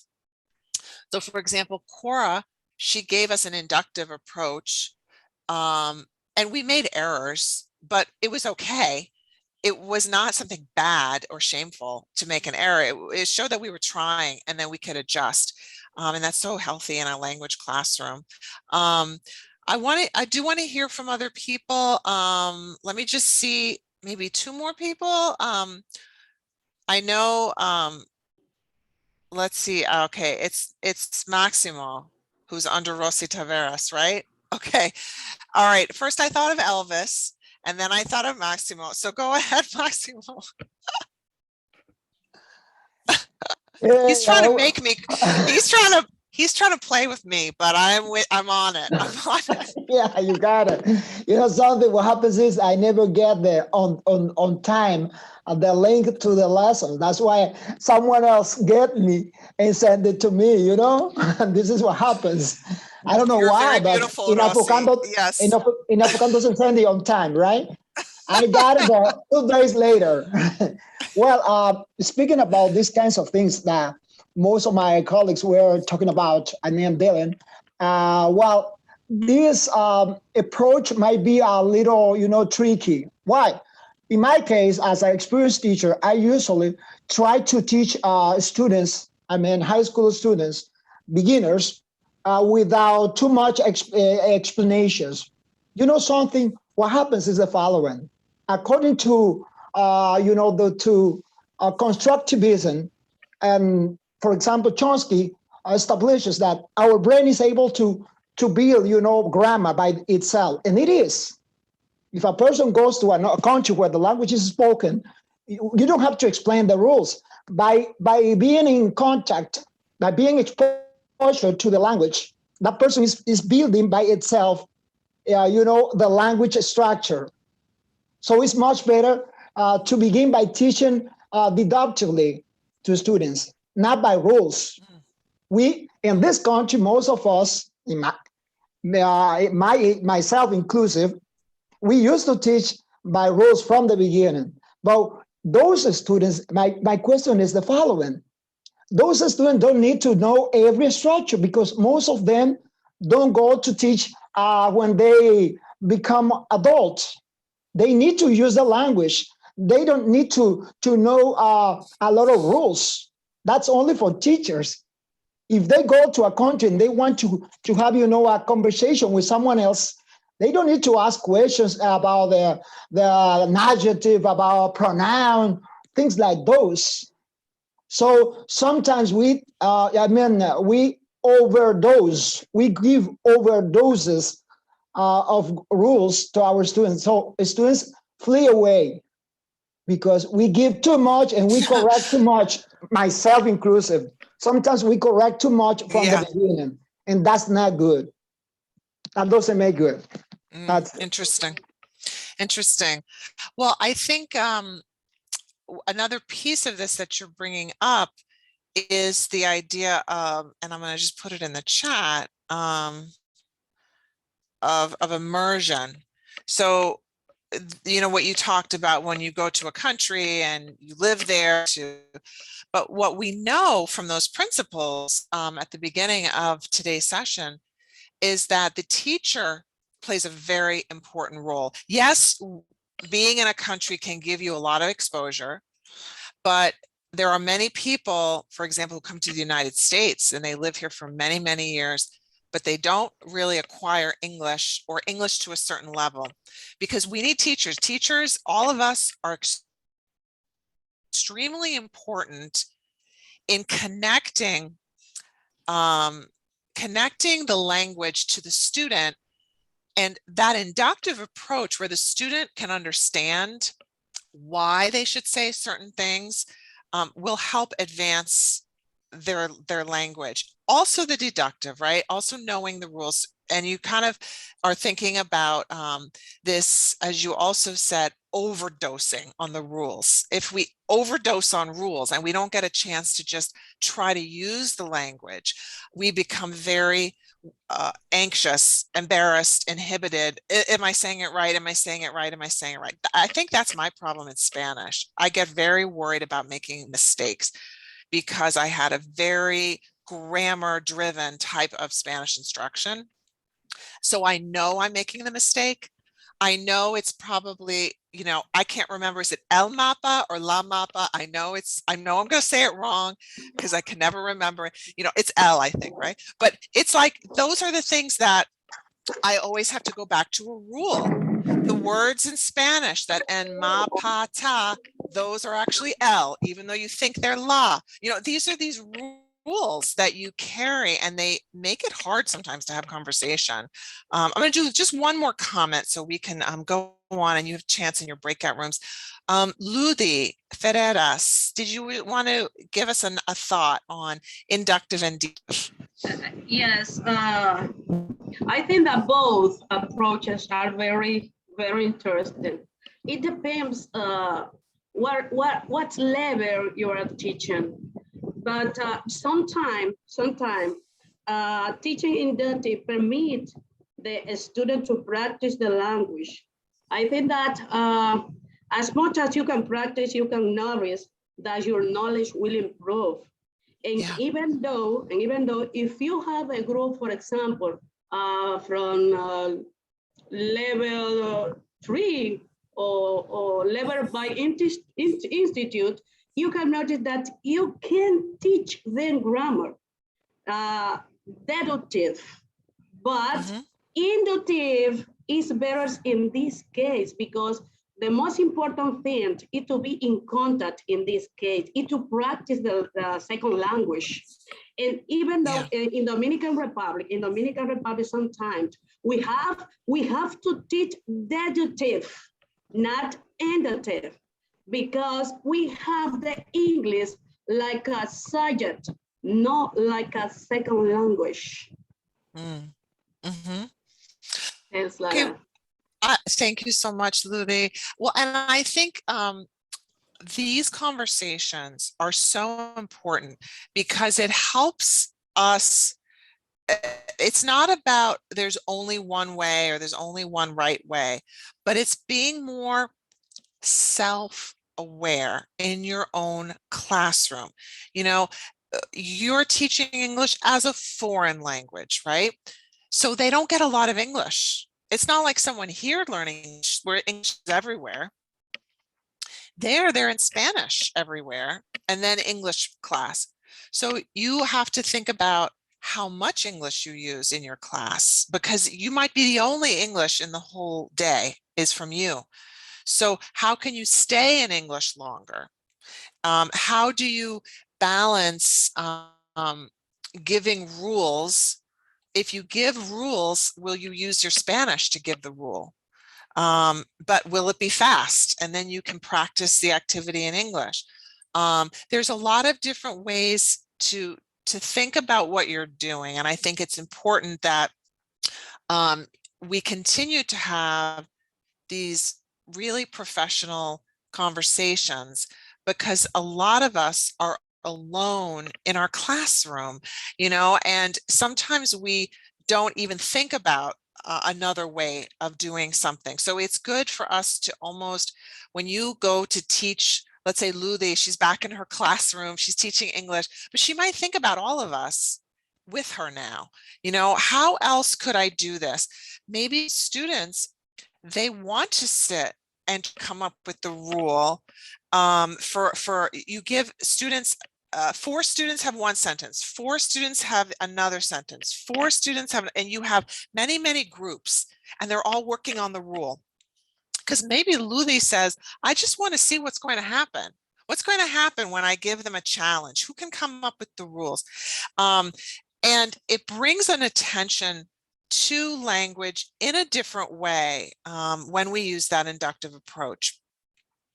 What's interesting is that the research on teaching grammar When a new structure was introduced and students were tested the next day and a week later, they did better on the test when they learned the grammar inductively.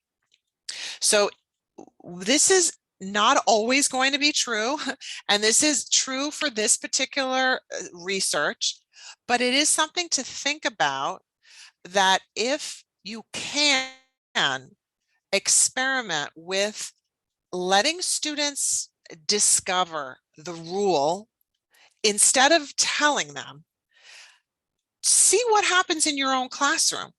You know, do you find that they remember it more when they have to come up with the rules on their own? That's what a lot of research has found, is that students do retain more when they had to develop the grammar rule themselves. Something to explore.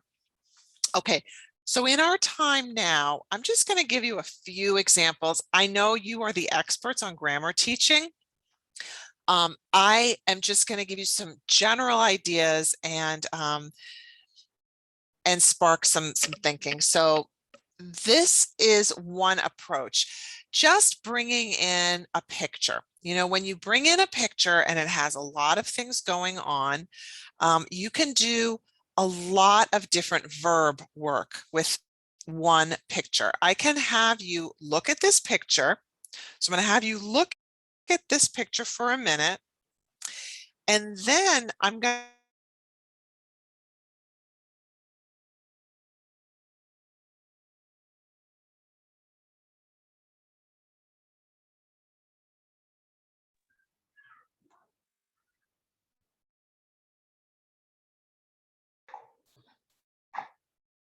Seems like we've lost Laura again. I'm back. Are you back? I don't know what's going on. Good. I'm back, thankfully. So let's say you're looking at this picture, and then I ask you to create a sentence with the picture, and you have to use the, let's say, the past progressive, So I'm going to let you, oh, my screen share stopped. Thank you. So past progressive. Let's see. So can you give me a sentence with the past progressive with this picture? Something that, oh, nice, beautiful. What else was going on? So, Cora, on your screen? Or is this my screen?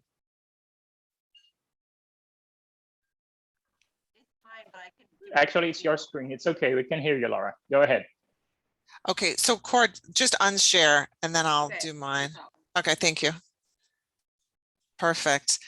Good. So I'm going to see, this is great because we're not sharing a screen right now. You're just remembering. Let's see how much you can remember. 2 children were playing volleyball. Let's see, we were eating ice cream. Wonderful. Awesome. She was reading a book. A little girl was playing with her dog. So we can see how many that we can just remember. So that's the activity. You show the picture, take the picture away. What can we remember from it? We can use any verb tense with those kinds of activities, and they're really free in the sense of you can bring in any vocabulary you want, but they're also controlled because you are giving a particular grammar form that you want students to practice with. Okay, wonderful. Another thing is to generate language, especially different verb tenses, by using any kind of prompt that starts with an adverbial. So you can use something like from Word Wall, and you spin it, and oh, stumbling blindly. So you have to now finish the sentence, and let's say use the simple past. Okay, so this is a kind of, again, a prompt or a tool to get to generate language. Okay. All right, so I'm going to go to the next one. Okay, we're still writing about the beach. Okay. Let's see, where am I? Okay. Another way to kind of generate language is to have students interview each other. So like, for example, let's say we're doing past progressive, we would ask students for an alibi. So maybe Galia, I give her 3 o'clock, and Claudia, I give you 1 o'clock, and Leanne, you are 10 o'clock. And you have to go and ask the other students, where were you yesterday? There was a crime that was committed. Do you have an alibi? So Galia has to find out where everyone was at 10 o'clock yesterday. And Leanne would have to find out where they were at whatever time. So I'm going to ask you to put into the chat, where were you yesterday at 3 p.m.? Where were you yesterday? Apolinar was planning the crime at that time. Apolinar, you're guilty. That's terrible. Okay, so where were you at 3 p.m. yesterday? Awesome. Oh, thanks, Golly, I already wrote it. I was on my couch reading a book. I was eating a snack. I was at home. I was sleeping. So I was sleeping is perfect because that's the past progressive. That's what I'm looking for. I was washing dishes. Oh my gosh. I was watching my series. I was taking a nap. I was buying curtains. Janet, you were having a massage? That sounds really, really, really good. Oh, that sounds really good. Okay. I was talking to someone. Any person can testify. I was with my son doing homework. I was doing homework with my son. I was filling out my grades. I was playing dominoes. Okay, wonderful. So that's my past progressive with my alibi. And I can do those kinds of interview type of tasks where students have to quickly gather a lot of information and use the target form. So we're always thinking about balancing that openness, authenticity, interaction in English, but also practicing our forms. Okay. Lineups are another kind of way. So you can give students, for example, let's say you're working with modals, you put students across from each other, or you can also do it, you know, with breakout rooms if you're online. And I want you to say everything that you can for this situation. Okay. So the situation is, I'm going to give you the modal can, and then on a beach. Time is up. All right, so go. What can you do on a beach? Give me sentences. What can you do? What's possible or able? Okay, so what can you do on a beach? And I'm going to give you 10 seconds. Let's see. What can you come up with? I can swim. I can play. I can, what else? I can swim at the beach. I can get tan. What else? What else? What else? Let's see how many we can do. What can we do on a beach? I can sunbathe. I can eat. I can listen to music. I can read. I can drink rum. I can drink beers. I can cook spaghetti. You can cook spaghetti on the beach? That's really cool. All right. I can dance. I can play basketball. I can play volleyball. I can walk on the sand. So all of that can happen on the beach, and probably a lot more. Okay. So you give time and you see how many the team got. How many different things did they get? And did they use it correctly? So for example, what if someone said, I can playing volleyball. Okay. If someone writes that, is it in this game? I can playing, right? I can playing, or does it have to be I can play volleyball, right? So that's a chance to go back and correct it to get the point. All right. So everyone will still get the points, but it gives them a chance to have to go back to change that. All right. The first part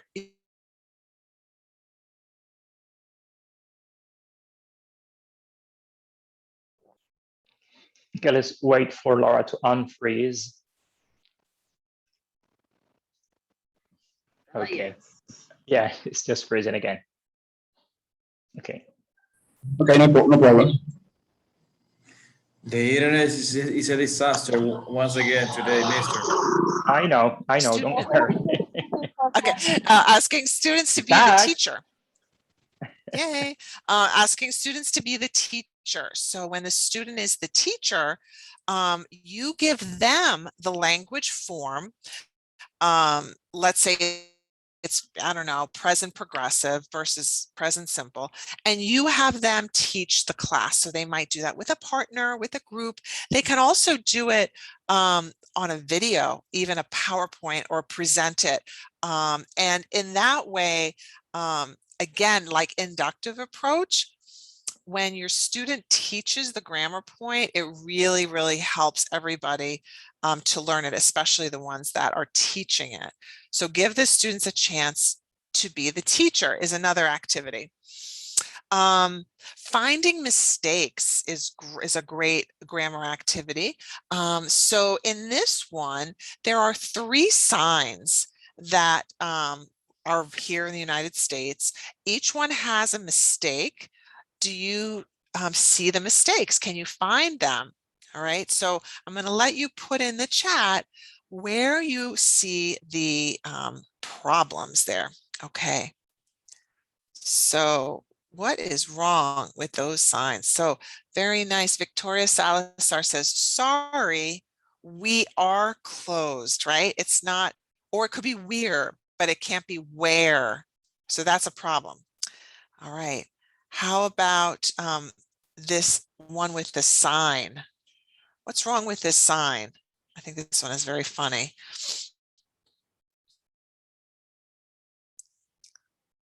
Signs. It's a sign about signs. Yeah, there's something with that apostrophe there. Something off there. Okay. So a lot of times, and I just love that it says professional signs. Yes, so whoops, signs has no ownership. So we don't need to have that apostrophe. Very good, Janita. Okay. And then how about this one? Private, customer parking only. All others will be towed. What's wrong with that one? Anyone know what that is?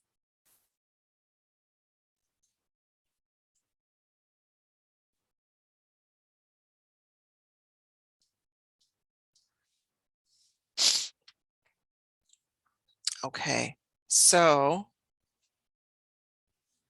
all others will be towed. You can't see the picture. Okay. Toad. So toad is like a little frog. And towed means your car is taken.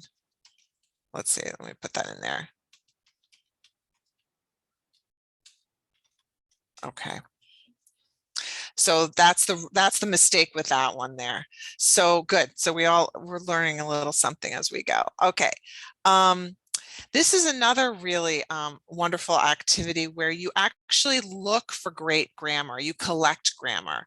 So in this activity, you take maybe something that students are reading, could be from a newspaper, could be from a book, and you actually look for the grammar.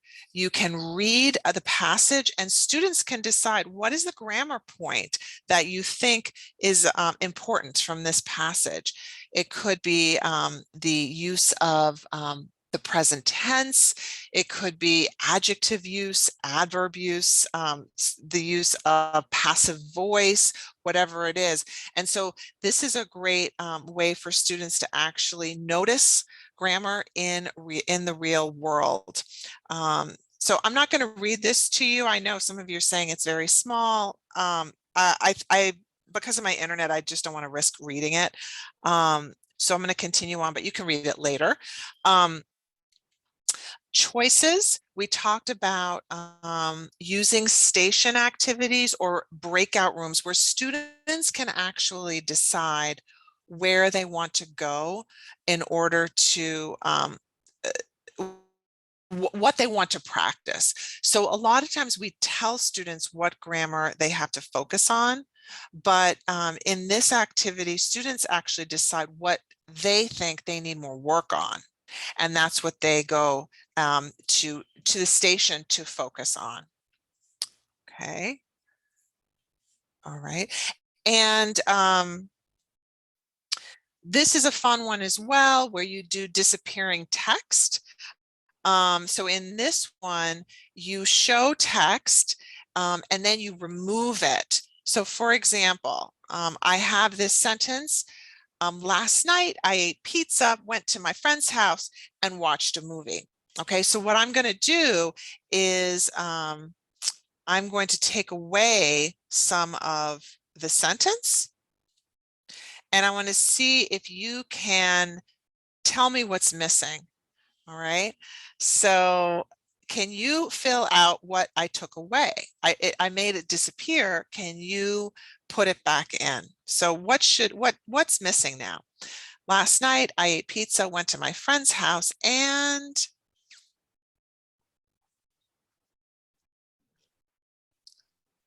so let's see what's missing from that sentence. All right. Okay. Wonderful. And watched a movie. Very good. So that's what I took away. Okay, now I'm going to take this away. Okay. Now can you put my sentence back together? I made something else disappear. So you're not bringing in new language. What you're doing is looking at the sentence and I'm taking away parts of it and you have to bring them back. So what is missing now? What's missing? I took away something. I made it disappear. What did I make disappear? What's gone from the sentence? Okay, last night, great, the adverbial, and watched a movie. Wonderful, excellent, excellent, excellent, Larissa, everyone. There you go. So you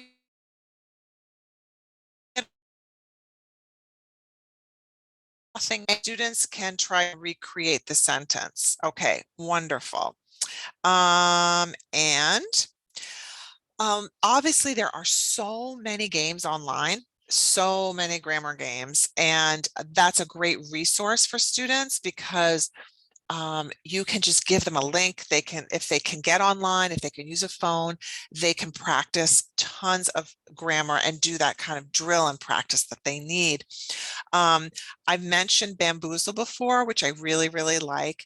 And you can put in something like passive voice, and it will come up with lots of games that are already there that have to do with passive voice. And when you play them, you can do them in teams. You can try to fill out the blanks. You can also do games that are more picture-based. Okay, let's see, let's play this one. Okay, classic. Go. And I might start number 4. Let's see, what's happening here? And I have to use the passive voice. So this one uses Harry Potter being blown by. Okay, so you can have different kinds of levels of challenge in using this site. Bamboozle has a lot of awesome games. Okay, so what we're going to do now, I'm going to stop sharing, is we are going to hop into our breakout rooms with our teachers for a little bit. And I want you to share with your teachers in the breakout rooms teaching some of the things that maybe you really, really believe and maybe we challenged you a little bit and maybe you're thinking a little differently, or things that you find that you really want to try and aren't too sure about. Maybe your teachers can talk to you a little about some of the ways that they approach grammar. It's very different here. Teaching English, of course, as a second language, than for you teaching as a foreign language. But that idea of taking time to do inductive approaches versus deductive, or bringing attention to language, or correcting grammar. How do you correct without making people feel like they don't want to try? You know, how do you encourage people while you also correct them, and how you do those things?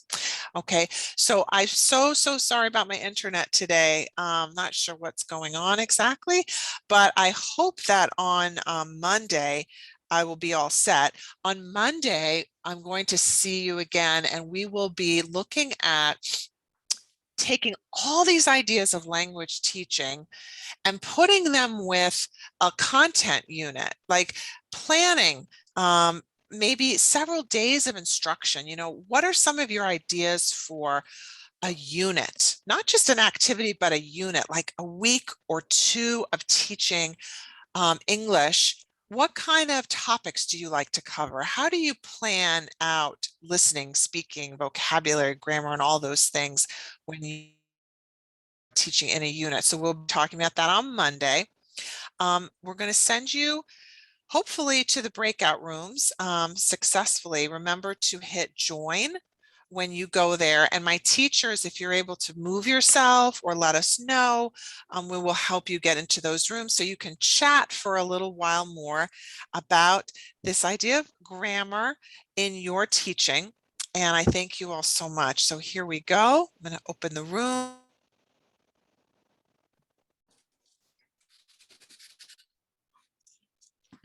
Okay, now it's time to join your breakout rooms. Laura is just making them available. Remember to use the 3 dots at the bottom of your screen, or the 4 squares that are at the bottom. Last class, some people had some trouble to go inside the breakout rooms. Just wait for Laura to be back so that she can assign the breakout rooms again. Laura's saying that she got bumped out. I'm wondering if we can, let's see if I can do it myself. Yes, I can. Yeah, I can do actually, 7. yeah. Oh, Yeah, go would you ahead. like to do it? Yeah, we can do that as well. Hold on. Okay. Just 7 breakout rooms. Yeah, I'll just get them assigned. Just a sec.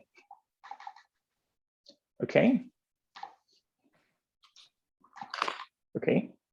Now they have been created just now. Now you can move on to your breakout rooms. There are 7 breakout rooms. Go ahead, teachers.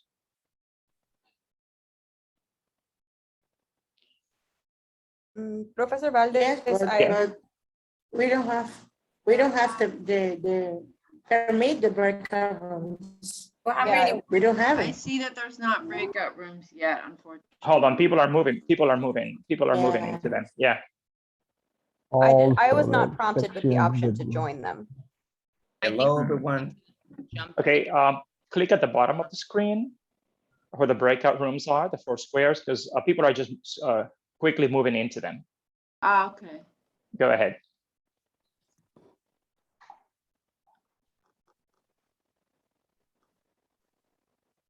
Maybe because you are co-hosts, maybe the co-host. I'm joining room 1. So okay, I Cora think is some number people are 1. joining. Okay. I'll go to I'm room usually 5. in 7. Okay, Sarah, room 7, Eleanor, room 5, Frederick, which room are you going to be in? Whatever's left over, 3 maybe. I'm looking at. Okay, and Galia, room. Go to room number 6, Galia. That's okay, available. yeah, that's fine. Sarah, okay, go ahead. I'm Okay. getting like the breakout room in progress thing is now blank for me. It's totally white. So Maybe maybe your connection. So you're not getting any of them? no. Okay. Can you assign me to room 7? Let's see.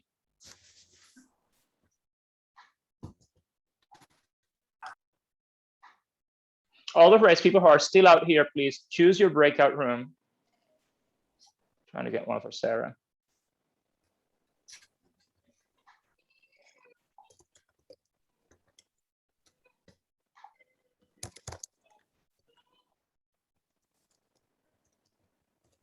So I'm gonna remove your co-host permissions, see if it works now. Hold on. Okay. Try now. Now that you're not a co-host. No, for me, it's still blank. Okay, hold on. For all the rest who are still out here, please choose a breakout room. Here, maybe if I leave and rejoin. But Valdez, I did, but they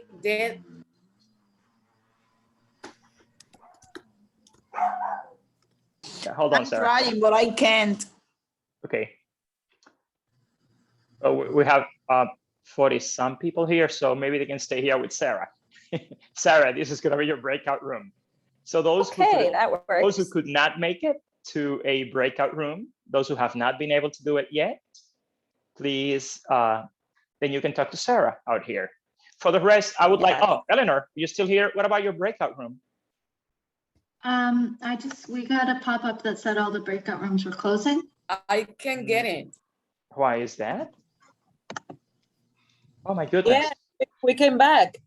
Oh, interesting. Okay, let me see. Let's just wait for them to close and then we all go back in. It'll be closing in 3 seconds. Yeah. It's an app glitch. Everybody's coming back. Hold on. Let's wait for everybody to be back so we can open all of them again. Yeah, everybody's back. Hold on. I'm gonna recreate. Yeah, I'm gonna recreate the breakout rooms. Let me recreate them.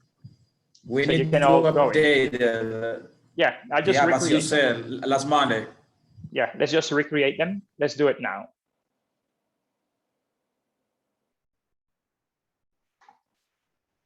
Check now. Try to join him now. Professor Valdez, I'm going to leave and come back because it's not working for me at all. Okay, please do so.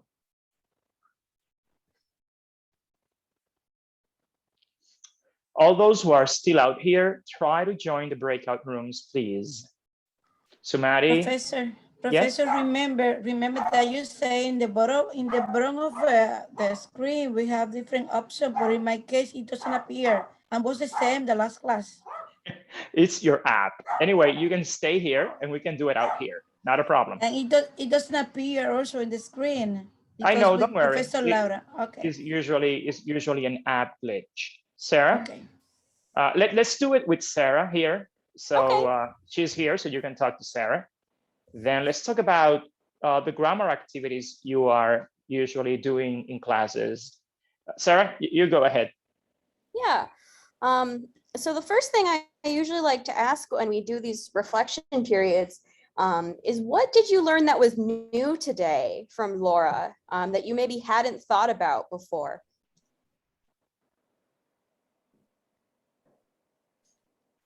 Amazing way to teach grammar. Using the reactions in the chat so I can call on you. Amazing ways to teach grammar. We learned with Professor Laura today. Anything in particular, Sumeri? For example, something she mentioned today that was totally new for you that you never thought of before? When she was talking about the scripting and prescripting, deducting and inducting, that's not new for me because I know about it. But the different activities that she present, the majority of them, they are new for me. The only one I used to teach grammar with some pictures because I had the possibility to do it in my school, and believe it or not, it is amazing. I don't used to be teaching in the way of inductive grammar all the time because I think the students sometimes they are tired. Sometimes I use deductive, okay, because some students I noticed so they learn better with deductive grammar. But for me, the best one is inductive grammar. But everything that she teach today was amazing, and I like it. Okay, just a minute, Eleanor, have you not been able to join one of the rooms? Please, your microphone, Eleanor. Sorry, yes, I can. I just wanted to make sure everything was okay because I think maybe I reopened them and I don't know if you can close them then. Is everything okay? It's okay, yeah. I just need you to join one of the others. Sarah is going to stay here with those who could not join the other rooms. Okay, all right, I'll see you. Okay, good, okay. Okay, Thank you, Sumari. Flavia, what was something new that you learned today? Something specific?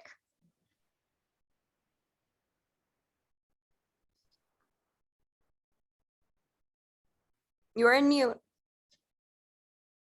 Turn on your microphone, Flavia. Flavia Camilo. Sorry. Hi, how are you? Good. Good, how are you? Today I learned a lot about grammar. For example, how to teach grammar. In my case, we use the inductive grammar, approach.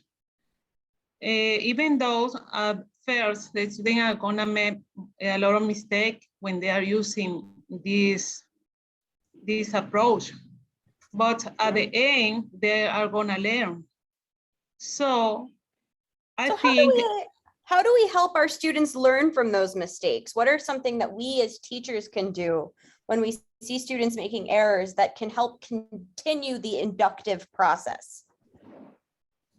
Well, for helping the student with this approach when they are making mistakes, it's important to go from when we start to the end, for example, to give feedback. But in this case, I will do that with a deductive approach, because they need to go back. Yeah. They need to go back to go over when they are learning. So how can we inductively instead of deductively give feedback to students? How can we help continue the discovery process while giving feedback to students? I think giving them many exercises. In this case, to work with the student to see the advance. Yep. And to go over with the opportunities that they present. So I see Conrado wants to help you out. Yeah, in this question, so for example, something that you can do is you can use some code to correct a sentence. For example, you give a sentence to student, and then you make them to notice that something wrong is on the sentence, and then they have to discover what is wrong, like Laura did before. And you can use a sheet of paper in which student can write.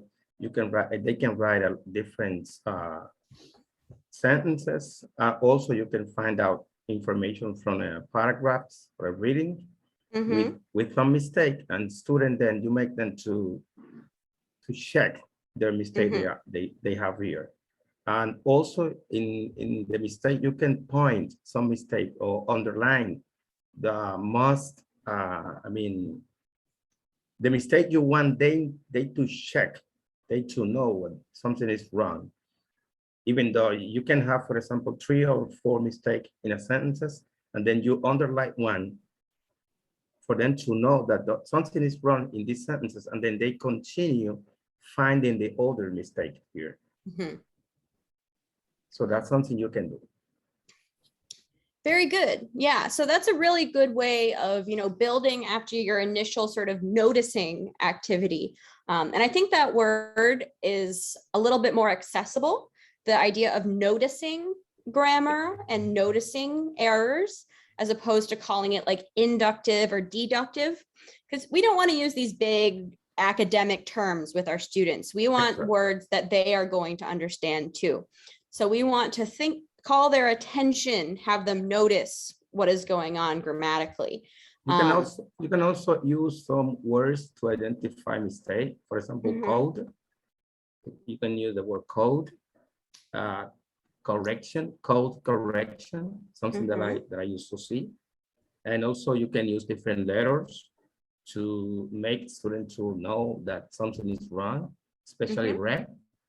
So I use a marker red for that one. And then I let them to, with a red marker, find where the errors are, and they need to correct it. What effect do you feel that would have on your students in the future when you correct your students' grammar mistakes?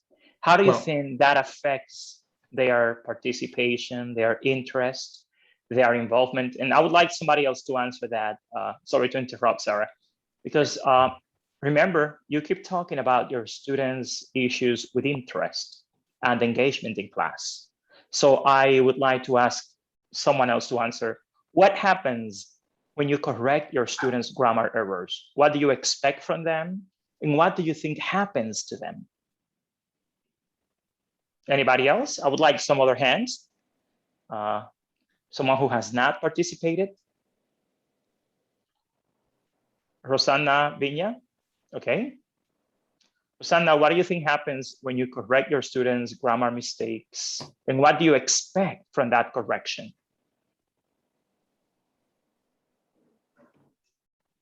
Sorry, your signal is breaking. We cannot hear you. Sorry. In Please. my case, Okay, turn off your video. was asking my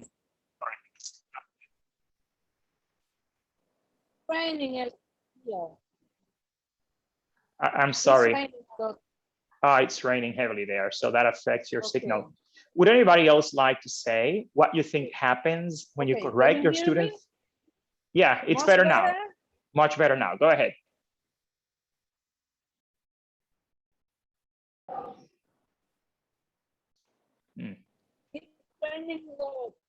Can you hear me now? Yeah, but we have an issue with that. It's okay. It's okay, Rosanna. Are reading, I have to hold the class. Don't correct the mistake.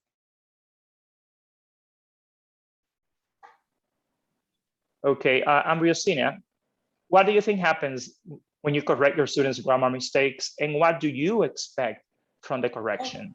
Okay, I am accustomed to correct my students because I think that when we correct the student, they get shy and they don't want to continue participating in class. The thing that I do is that at the end, I try to look for a way to tell to the student the thing that he said in the correct form, but not directly for him or for her. Okay, that's what do you think about that, Sarah? What's in your mind about it? Well, before I give my initial reaction, I want to ask the teachers here, what do you think about this idea of not correcting our students? Is that the way to go? I think it's not, because you know please raise your hand. Does anybody who hasn't spoken yet want to speak? Imagine if you were the teachers and this was your English class and you were staring at this blank screen. Help me out here. Raise your hands. Okay, Yanira. I think that not correcting is not a good approach in teaching. I mean, we have to decide what is the right, the proper moment to correct them, and also the objective that we have. If we want fluency from the accuracy in grammar, we should correct, but we have to decide a good strategy to correct. Like rephrasing, repeating, that is one of the most used, and one of the best strategy for them to feel, to doesn't feel like demotivated. And there are other strategies, maybe peer correcting. What do you think about that, Fulanito? Maybe if we change that, would it mean the same? Something like that. So I think that's my opinion on that topic. Thanks. You said exactly what I was going to say, Yanira. So thank you for that. And you know, the strategy that I just used is one you can steal from me, where you can ask the class and see if some of your students will do some of your teaching for you, because a lot of them will know and it'll help up their confidence levels. But Yanira is really correct in saying that we need to be strategic about how we correct and what we correct. So for example, if a student is making 3 errors in a sentence, they have the tense wrong, maybe they use the wrong pronoun, and their word order is out of place. How do we decide which error we want to fix, which error we want to correct? What do we want to focus on? Because especially with beginners, a lot of students are going to make multiple errors in one sentence, and we don't want to overwhelm them. We don't want to correct everything all at once, because you were right. The student who spoke before was right. It will destroy their confidence if you say this, and this was wrong. So how do we pick what grammar to fix, what to prioritize?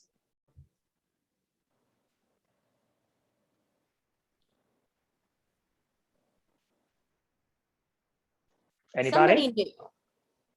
I can say something. So I mean, each sentence has a grammar structure, but there's ones like a verb, for example, that gives the best description of the sentences. And I think that the first one, if the student made a mistake, you need to choose the error that fits the main idea of the sentences. This is because in that case, even though they have 2 or more mistakes or error, when you fix the main idea, so the comprehension is much better. Yes, so that's what we want to be thinking about: comprehensibility, the ability to be understood, right? Exactly. So when we're addressing our students' errors, we want to make sure that we're addressing the main error that is getting in the way of them communicating.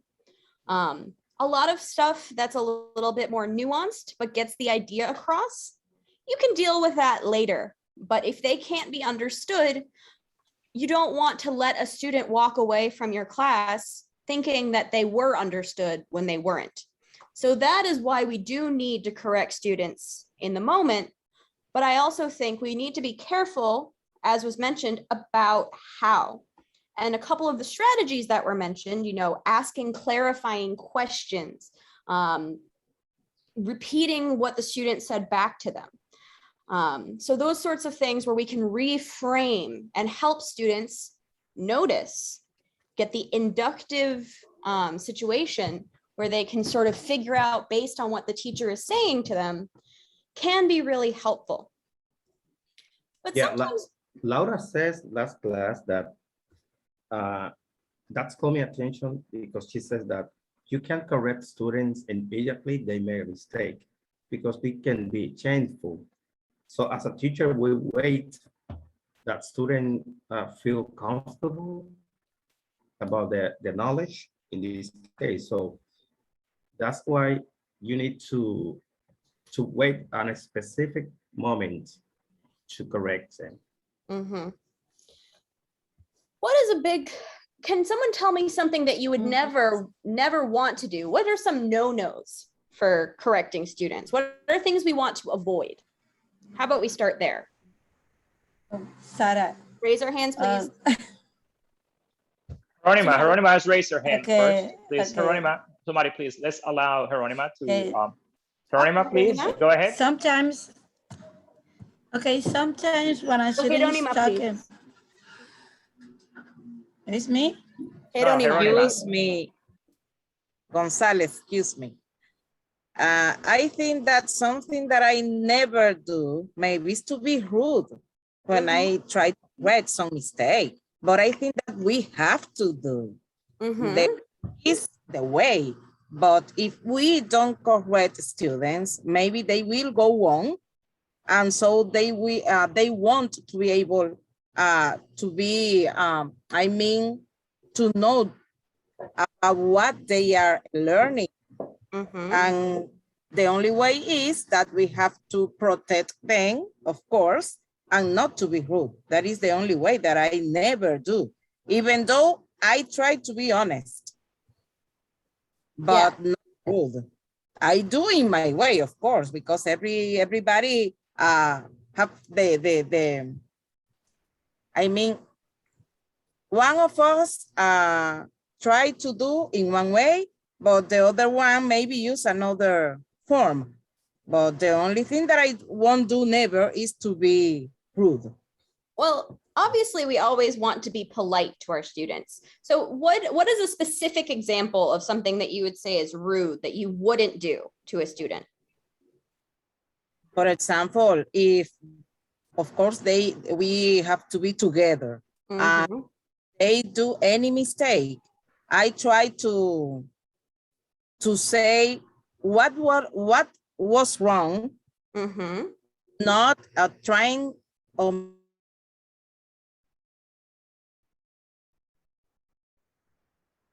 lost Geronima. Seems like her signal's cutting off.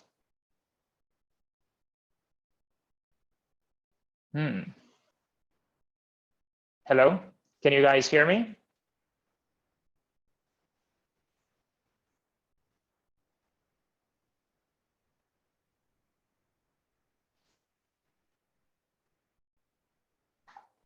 If I see the same mistake, I explain the class again. And then I say, then check your class now and see is correct. No, normally I do that. So that's very good, Maribel. Thinking about, always checking in with our students to see if they understand what was being taught to them. Because, for example, with what Cora did earlier today with the check example, she was trying to ask us if you like cats or dogs. But some students went and they thought she wants to know if we have. So that induction was not made clear enough. So then it served to give a deductive clarification. But the important thing is to try and stay away from, just telling the students the answer whenever possible, right? And why do we not want to just tell students the answer? Why do we not want to just say the information that they want to know straight out? Why do we want to make them think about it? Somebody new, raise your hand, please.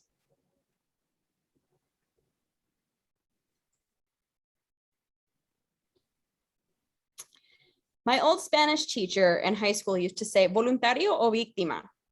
So if I do not have a volunteer that somebody is new, I will choose a victim. Volunteer or volunteer, as I said. Volunteer or volunteers, I said. Volunteer. Volunteer. Okay, Juan, I haven't heard from you yet. Juan Cortorreal. Juan. Juan Cortorreal. You are the victim. Hello. I'm not a volunteer. I pointed out, so you point me. Well, then you're my victim. Definitely. Good evening, and I'm doing my job in a very country place, and I have a lot of difficult. I don't have technology up there. Juan seems to have lost. Not having technology can be really hard. on the street. That's why I have a lot of difficulty because my students, they don't manage the technology. So I have to figure out how can help those people and trying to do it by online. But it's probably the 10% of the students have the opportunity to go through the internet. Yeah. So I have to do it halfway, presential, or mostly two times a week. I have to see each one to explain them and work with them. It's very hard to work like this. Yeah, it is challenging. I teach adults here in the US. So I'm often working with people who don't have internet access either. So I totally get how difficult it and all of the fancy tools that Laura uses, like Padlet and the breakout rooms and all of that. My students will just log off if I make it too fancy. So it is important, if you know that your students won't follow you with the technology, to keep it simple. But there are still some inductive, noticing activities you can do with just a PowerPoint and students can do from their phones. For example, what Laura had put up on the board about noticing errors in signs can be a really helpful thing. Or the idea of describing an image using a specific grammar point. Things that are really reliant on images and not a lot of text, because it's hard to see text on your little tiny phone that a lot of your students are going to be connected from. And focusing a lot on production, giving students the opportunity to speak or write in their notebooks at home, or even type into the chat. I have a lot of my students text into our chat as writing practice, so I can at least get them to produce something, because a lot of their internet is so bad they can't even talk out loud. So there are ways, that you can overcome these technological barriers. And it's not going to look as nice as Laura's class. That's okay. We don't all have to be as fancy as Laura. I'm not. Absolutely, I am not. Well, it all depends on our teacher's reality, but there's always a strategy to use. You just have to be creative. Exactly. My advice is that you be as creative and engaged as possible. Sarah is almost like Laura. I'm not like Laura at all. You are so fancy teacher. So because you listen to when you're looking for the way that we talk in English, and you get also some example. You do everything as Laura do it. It's different, but you do it. Laura was my teacher before I started to teach, so I learned from the best. But remember when we began to be a teacher, we always remember one of the teacher that we really love, and we try to follow the teacher, to follow those teacher and teach the way that teacher used to do it. That teacher used to do it. That is in my case. I remember my teachers at the university, and I follow one of them, because for me it was amazing. It's a Professor Miguel Mariñez, and also my Professor Juan Valdez. He was my English teacher, and he's amazing. Sometimes I remember one, and I teach in the way that he do it. Yeah, that's totally one question. True. I do have one question for all of you, because grammar translation, teaching grammar, is most of what public school teaching is about. What do you think about the results in the end? New words, to know new words. Only that for me is to know new words, no more. I thought we were raising hands. They keep. And I would like some of the people to raise their hands, because I see the same hands most of the time. I see Rafaelina raising her hand. Núñez. Rafaelina Núñez. Rafaelina, what has been the product of using grammar, teaching so much? Because most of what is done in public schools, honestly, is teaching grammar and vocabulary. There's very little room for productive skills in the sense of listening and speaking.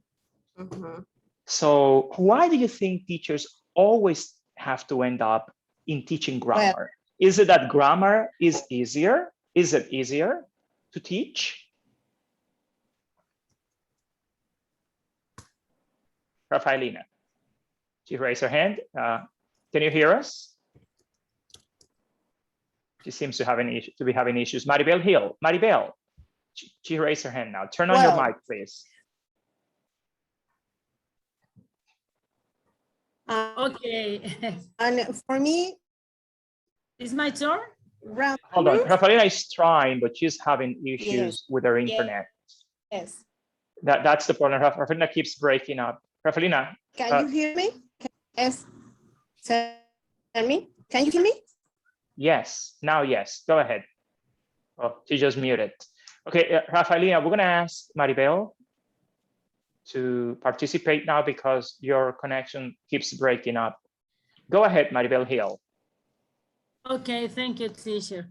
In my case, teaching grammar, I try to do easy because normally the students feel scared when you talk about grammar. So when I teach in grammar, sometimes I not let them know that is grammar. I mean, would you call that inductive or deductive?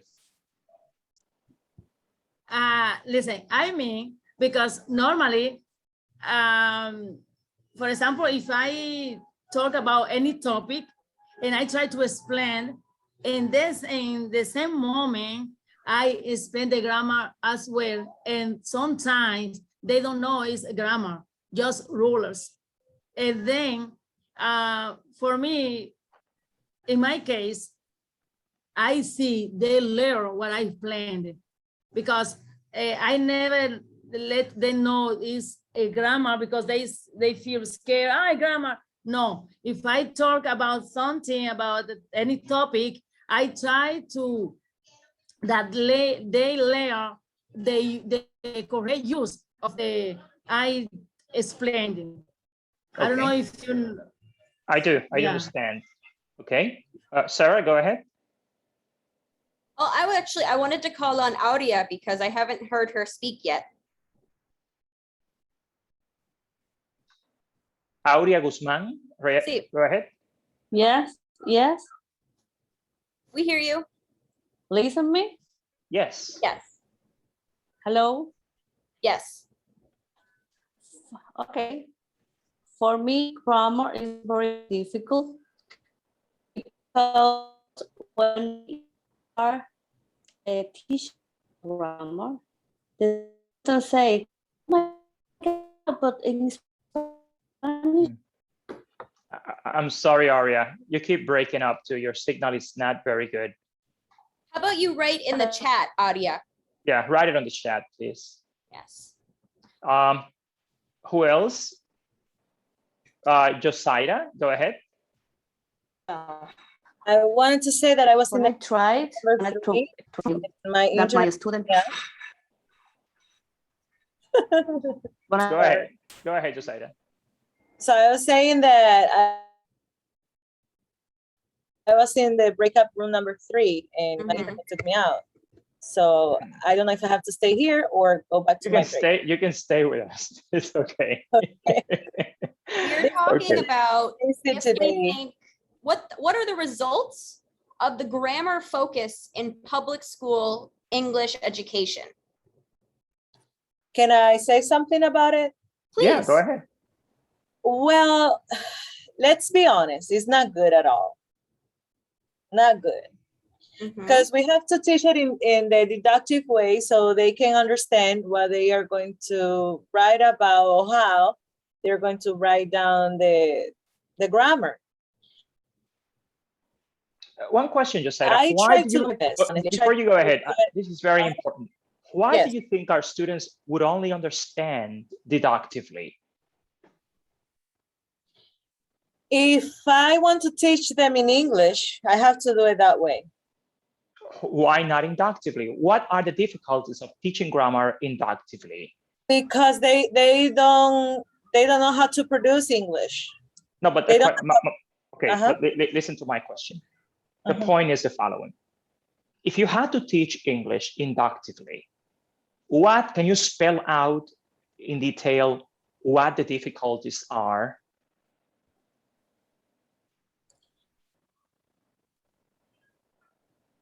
Silence. Because sorry, they don't know. We're losing you. Can you start over? Yeah, my internet is not good today. This is very interesting. What you just said now is a very important point because most people, most teachers in the country believe that teaching grammar inductively is not possible in public education. So I would just like to clear out what exactly the issues are.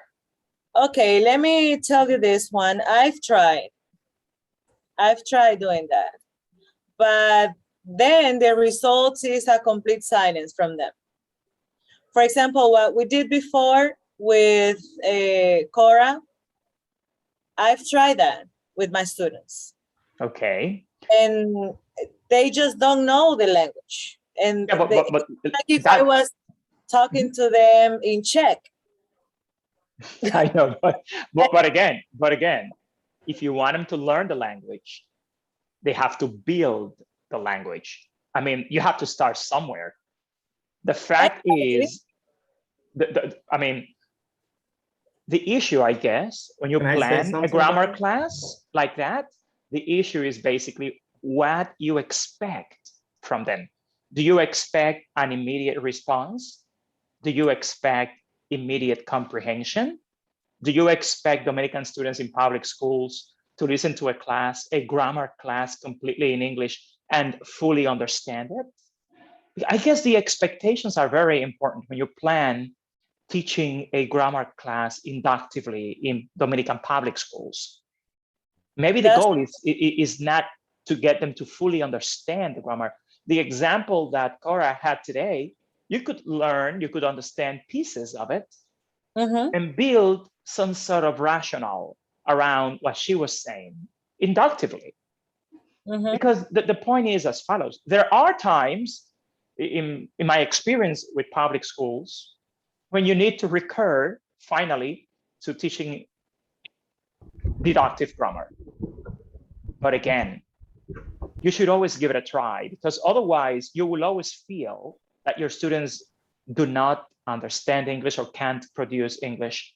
I guess the key lies, given the context of Dominican public schools, on the expectations.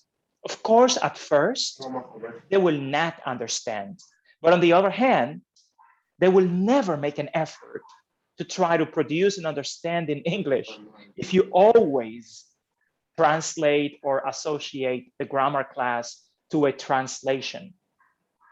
You will get the opposite effect. And that's what's been going on in this country for decades in terms of teaching grammar, from what I see in visiting your schools for decades. Of course, your students at first will reject it. They will say, teacher, I don't understand a word you're saying. But Sarah used a key word here, comprehensibility. I mean, you've all read the comprehensibility theory and the fact that you have to use comprehensible input. And this is a great example Josiah has brought about. First, we need to understand the context. For example, Sarah teaches ESL to adults in an English-speaking country. Eventually, just for survival, her students will need to learn English. So true. It's either learn or die, so to speak. The context of Dominican public schools, it's completely the opposite. You have students taking a class only because it is mandatory, not because they need it, not because they want it, but because it's part of the school curriculum. That's it. Professor? Yes. May I? Sure, go ahead. So to also offer a perspective on the fact on how it's being taught in the Dominican Republic right now. So I speak Spanish as a second language, and I got my primary education in Spanish in the American public school system. And we focused, it was taught via English, and we focused on grammar. And when I graduated from high school, I was the top of my class in Spanish, top of the class in Spanish. I could not hold a conversation in Spanish. So how are you top of the class, Sarah? Because I knew all the grammar rules. Oh.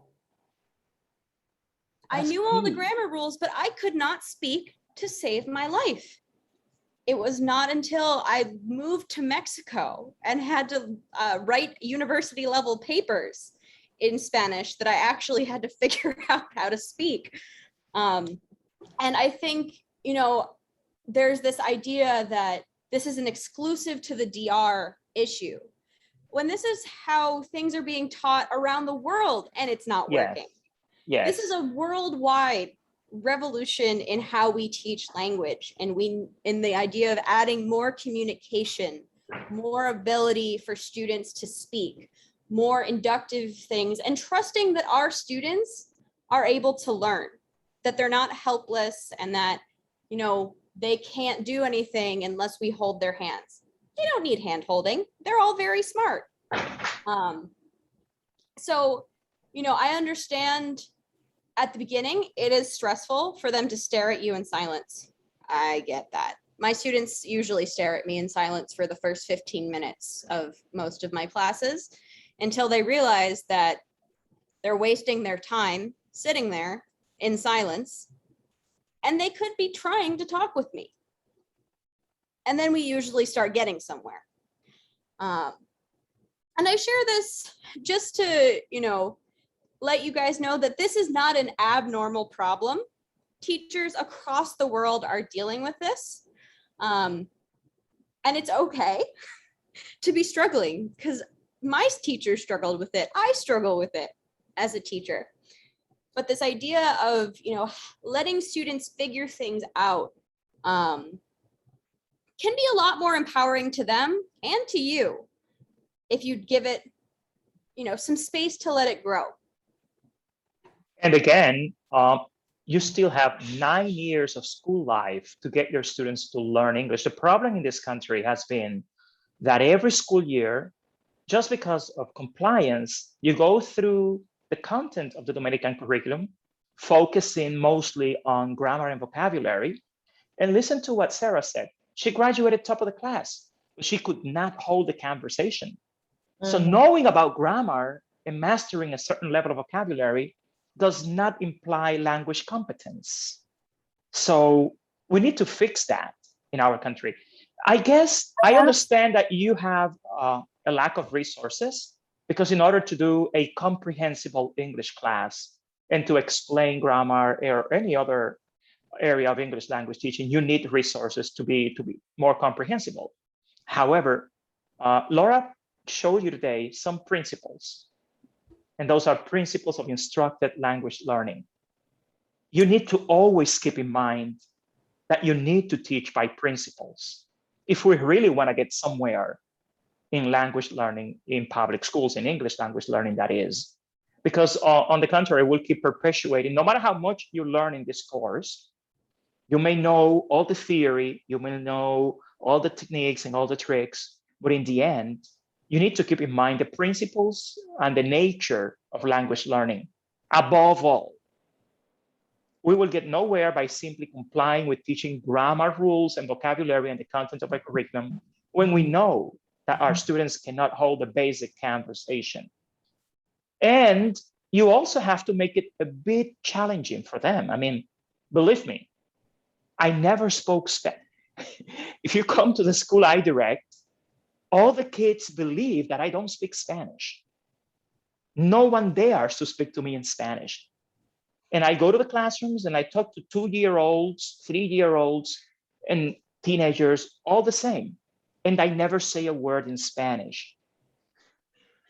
And they believe I don't speak Spanish. And they all end up speaking English to me. Even outside, in the yard, in the cafeteria, at least they try. The other thing too, Professor Valdez, that you mentioned is, you know, the idea of needing resources. And yes, teachers need resources. But one of the fun things about getting away from the grammar translation method is you need a lot less reliance on textbooks, because textbooks are what are giving all the grammar stuff. But you guys have enough language in your heads. And then it just becomes about the creativity and the activities and the opportunity to communicate with your students. You don't need books to teach students how to communicate. It's helpful to have books for grammar rules, but you don't need books to make an activity where you can notice errors on a street sign. And something important is the approach. About that, Professor Juan Valdez? Yes. And I have an experience about that, about what Sarah said, that I would like to share. She's so right. We read textbooks sometimes. And that happened to me. For example, when I'm teaching the grammar about simple present for the third person in singular, I always say that, for example, with students we have in the high school, you know, it's public school, and they know what Team Poppy is and what. So I always said that he, she, and it is like they're puppies. And the rest are wah, wah, wah. I am wah, wah, wah. You are wah, wah, wah, you know, and they laugh so hard about it. God. And they think about he, she, and it as different people, you know, like so special that they need an S for the simple present. And they understood that. You understand that way they could understand the grammar. Because you made it fun. That's, you see, that's the key to say that. The thing about this, I have a small disagreement with Sarah about textbooks, because in the context of EFL, English as a foreign language, our students do need books. I mean, it's indispensable, because the problem here in an EFL environment, as opposed to an ESL environment, is that our students in public schools are poor kids who have no exposure, no reference, nothing whatsoever to reflect on, to work on outside the school environment. And if we want to get somewhere, I mean, our students go home, they will not have access to any written material, to any other material that they can reflect on or continue studying. However, what Sarah, I understand, means to say is that you don't need the textbook to do an exciting activity to teach grammar or any other language skill. I mean, you can do it. In fact, the book becomes a straitjacket when you only rely on the book. You need to be creative. That's absolutely true. But in this country, we should at the very least, have a textbook and a workbook to refer to. But again, absolutely. Right, because grammar translation in this country, I mean, and you need an organized syllabus. That's another thing. Leaving it up to every teacher to create their own syllabus year by year is a disaster, because when they move from one teacher to another, they may end up getting the same content they had with the previous teachers, because there's not an organized syllabus, despite the fact that there is a prescribed curriculum. Anyway, I know that all these ideas are great for you, and we are looking forward to the upcoming school year, because all of our friends from New York, our teachers and professors, will eventually be coming here despite the pandemic and all the lockdown and the restrictions. And I know we're going to have a very fun year. This program is just the very beginning. We're just getting our feet wet to let the whole country know that we teachers, Dominican English teachers, are willing to improve, to develop professionally, and to make it real. But make no mistake, this is just the very beginning. You are just getting bits and pieces of what we will have to do for the next 9 years. This is a 9-year project. We will see the end product when the kids who will next year begin in 4th grade reach 12th grade. That's when you will see if the 9 years of English class in Dominican public schools will serve their purpose. And the key about learning anything, not only English, is that it is a process. And sometimes you teachers become disappointed because you feel that your students are not learning English. First, let's just try to enamor them with learning it. Let's not expect at the very beginning for them to be productive, because they have to build the spirit first for learning English. And I know it's going to be easy later, because in my experience, in bilingual schools, kids do it very easily and love it. But first, we have to get the conditions. We're just running out of time. We have everybody coming back from the breakout rooms. I've just closed them.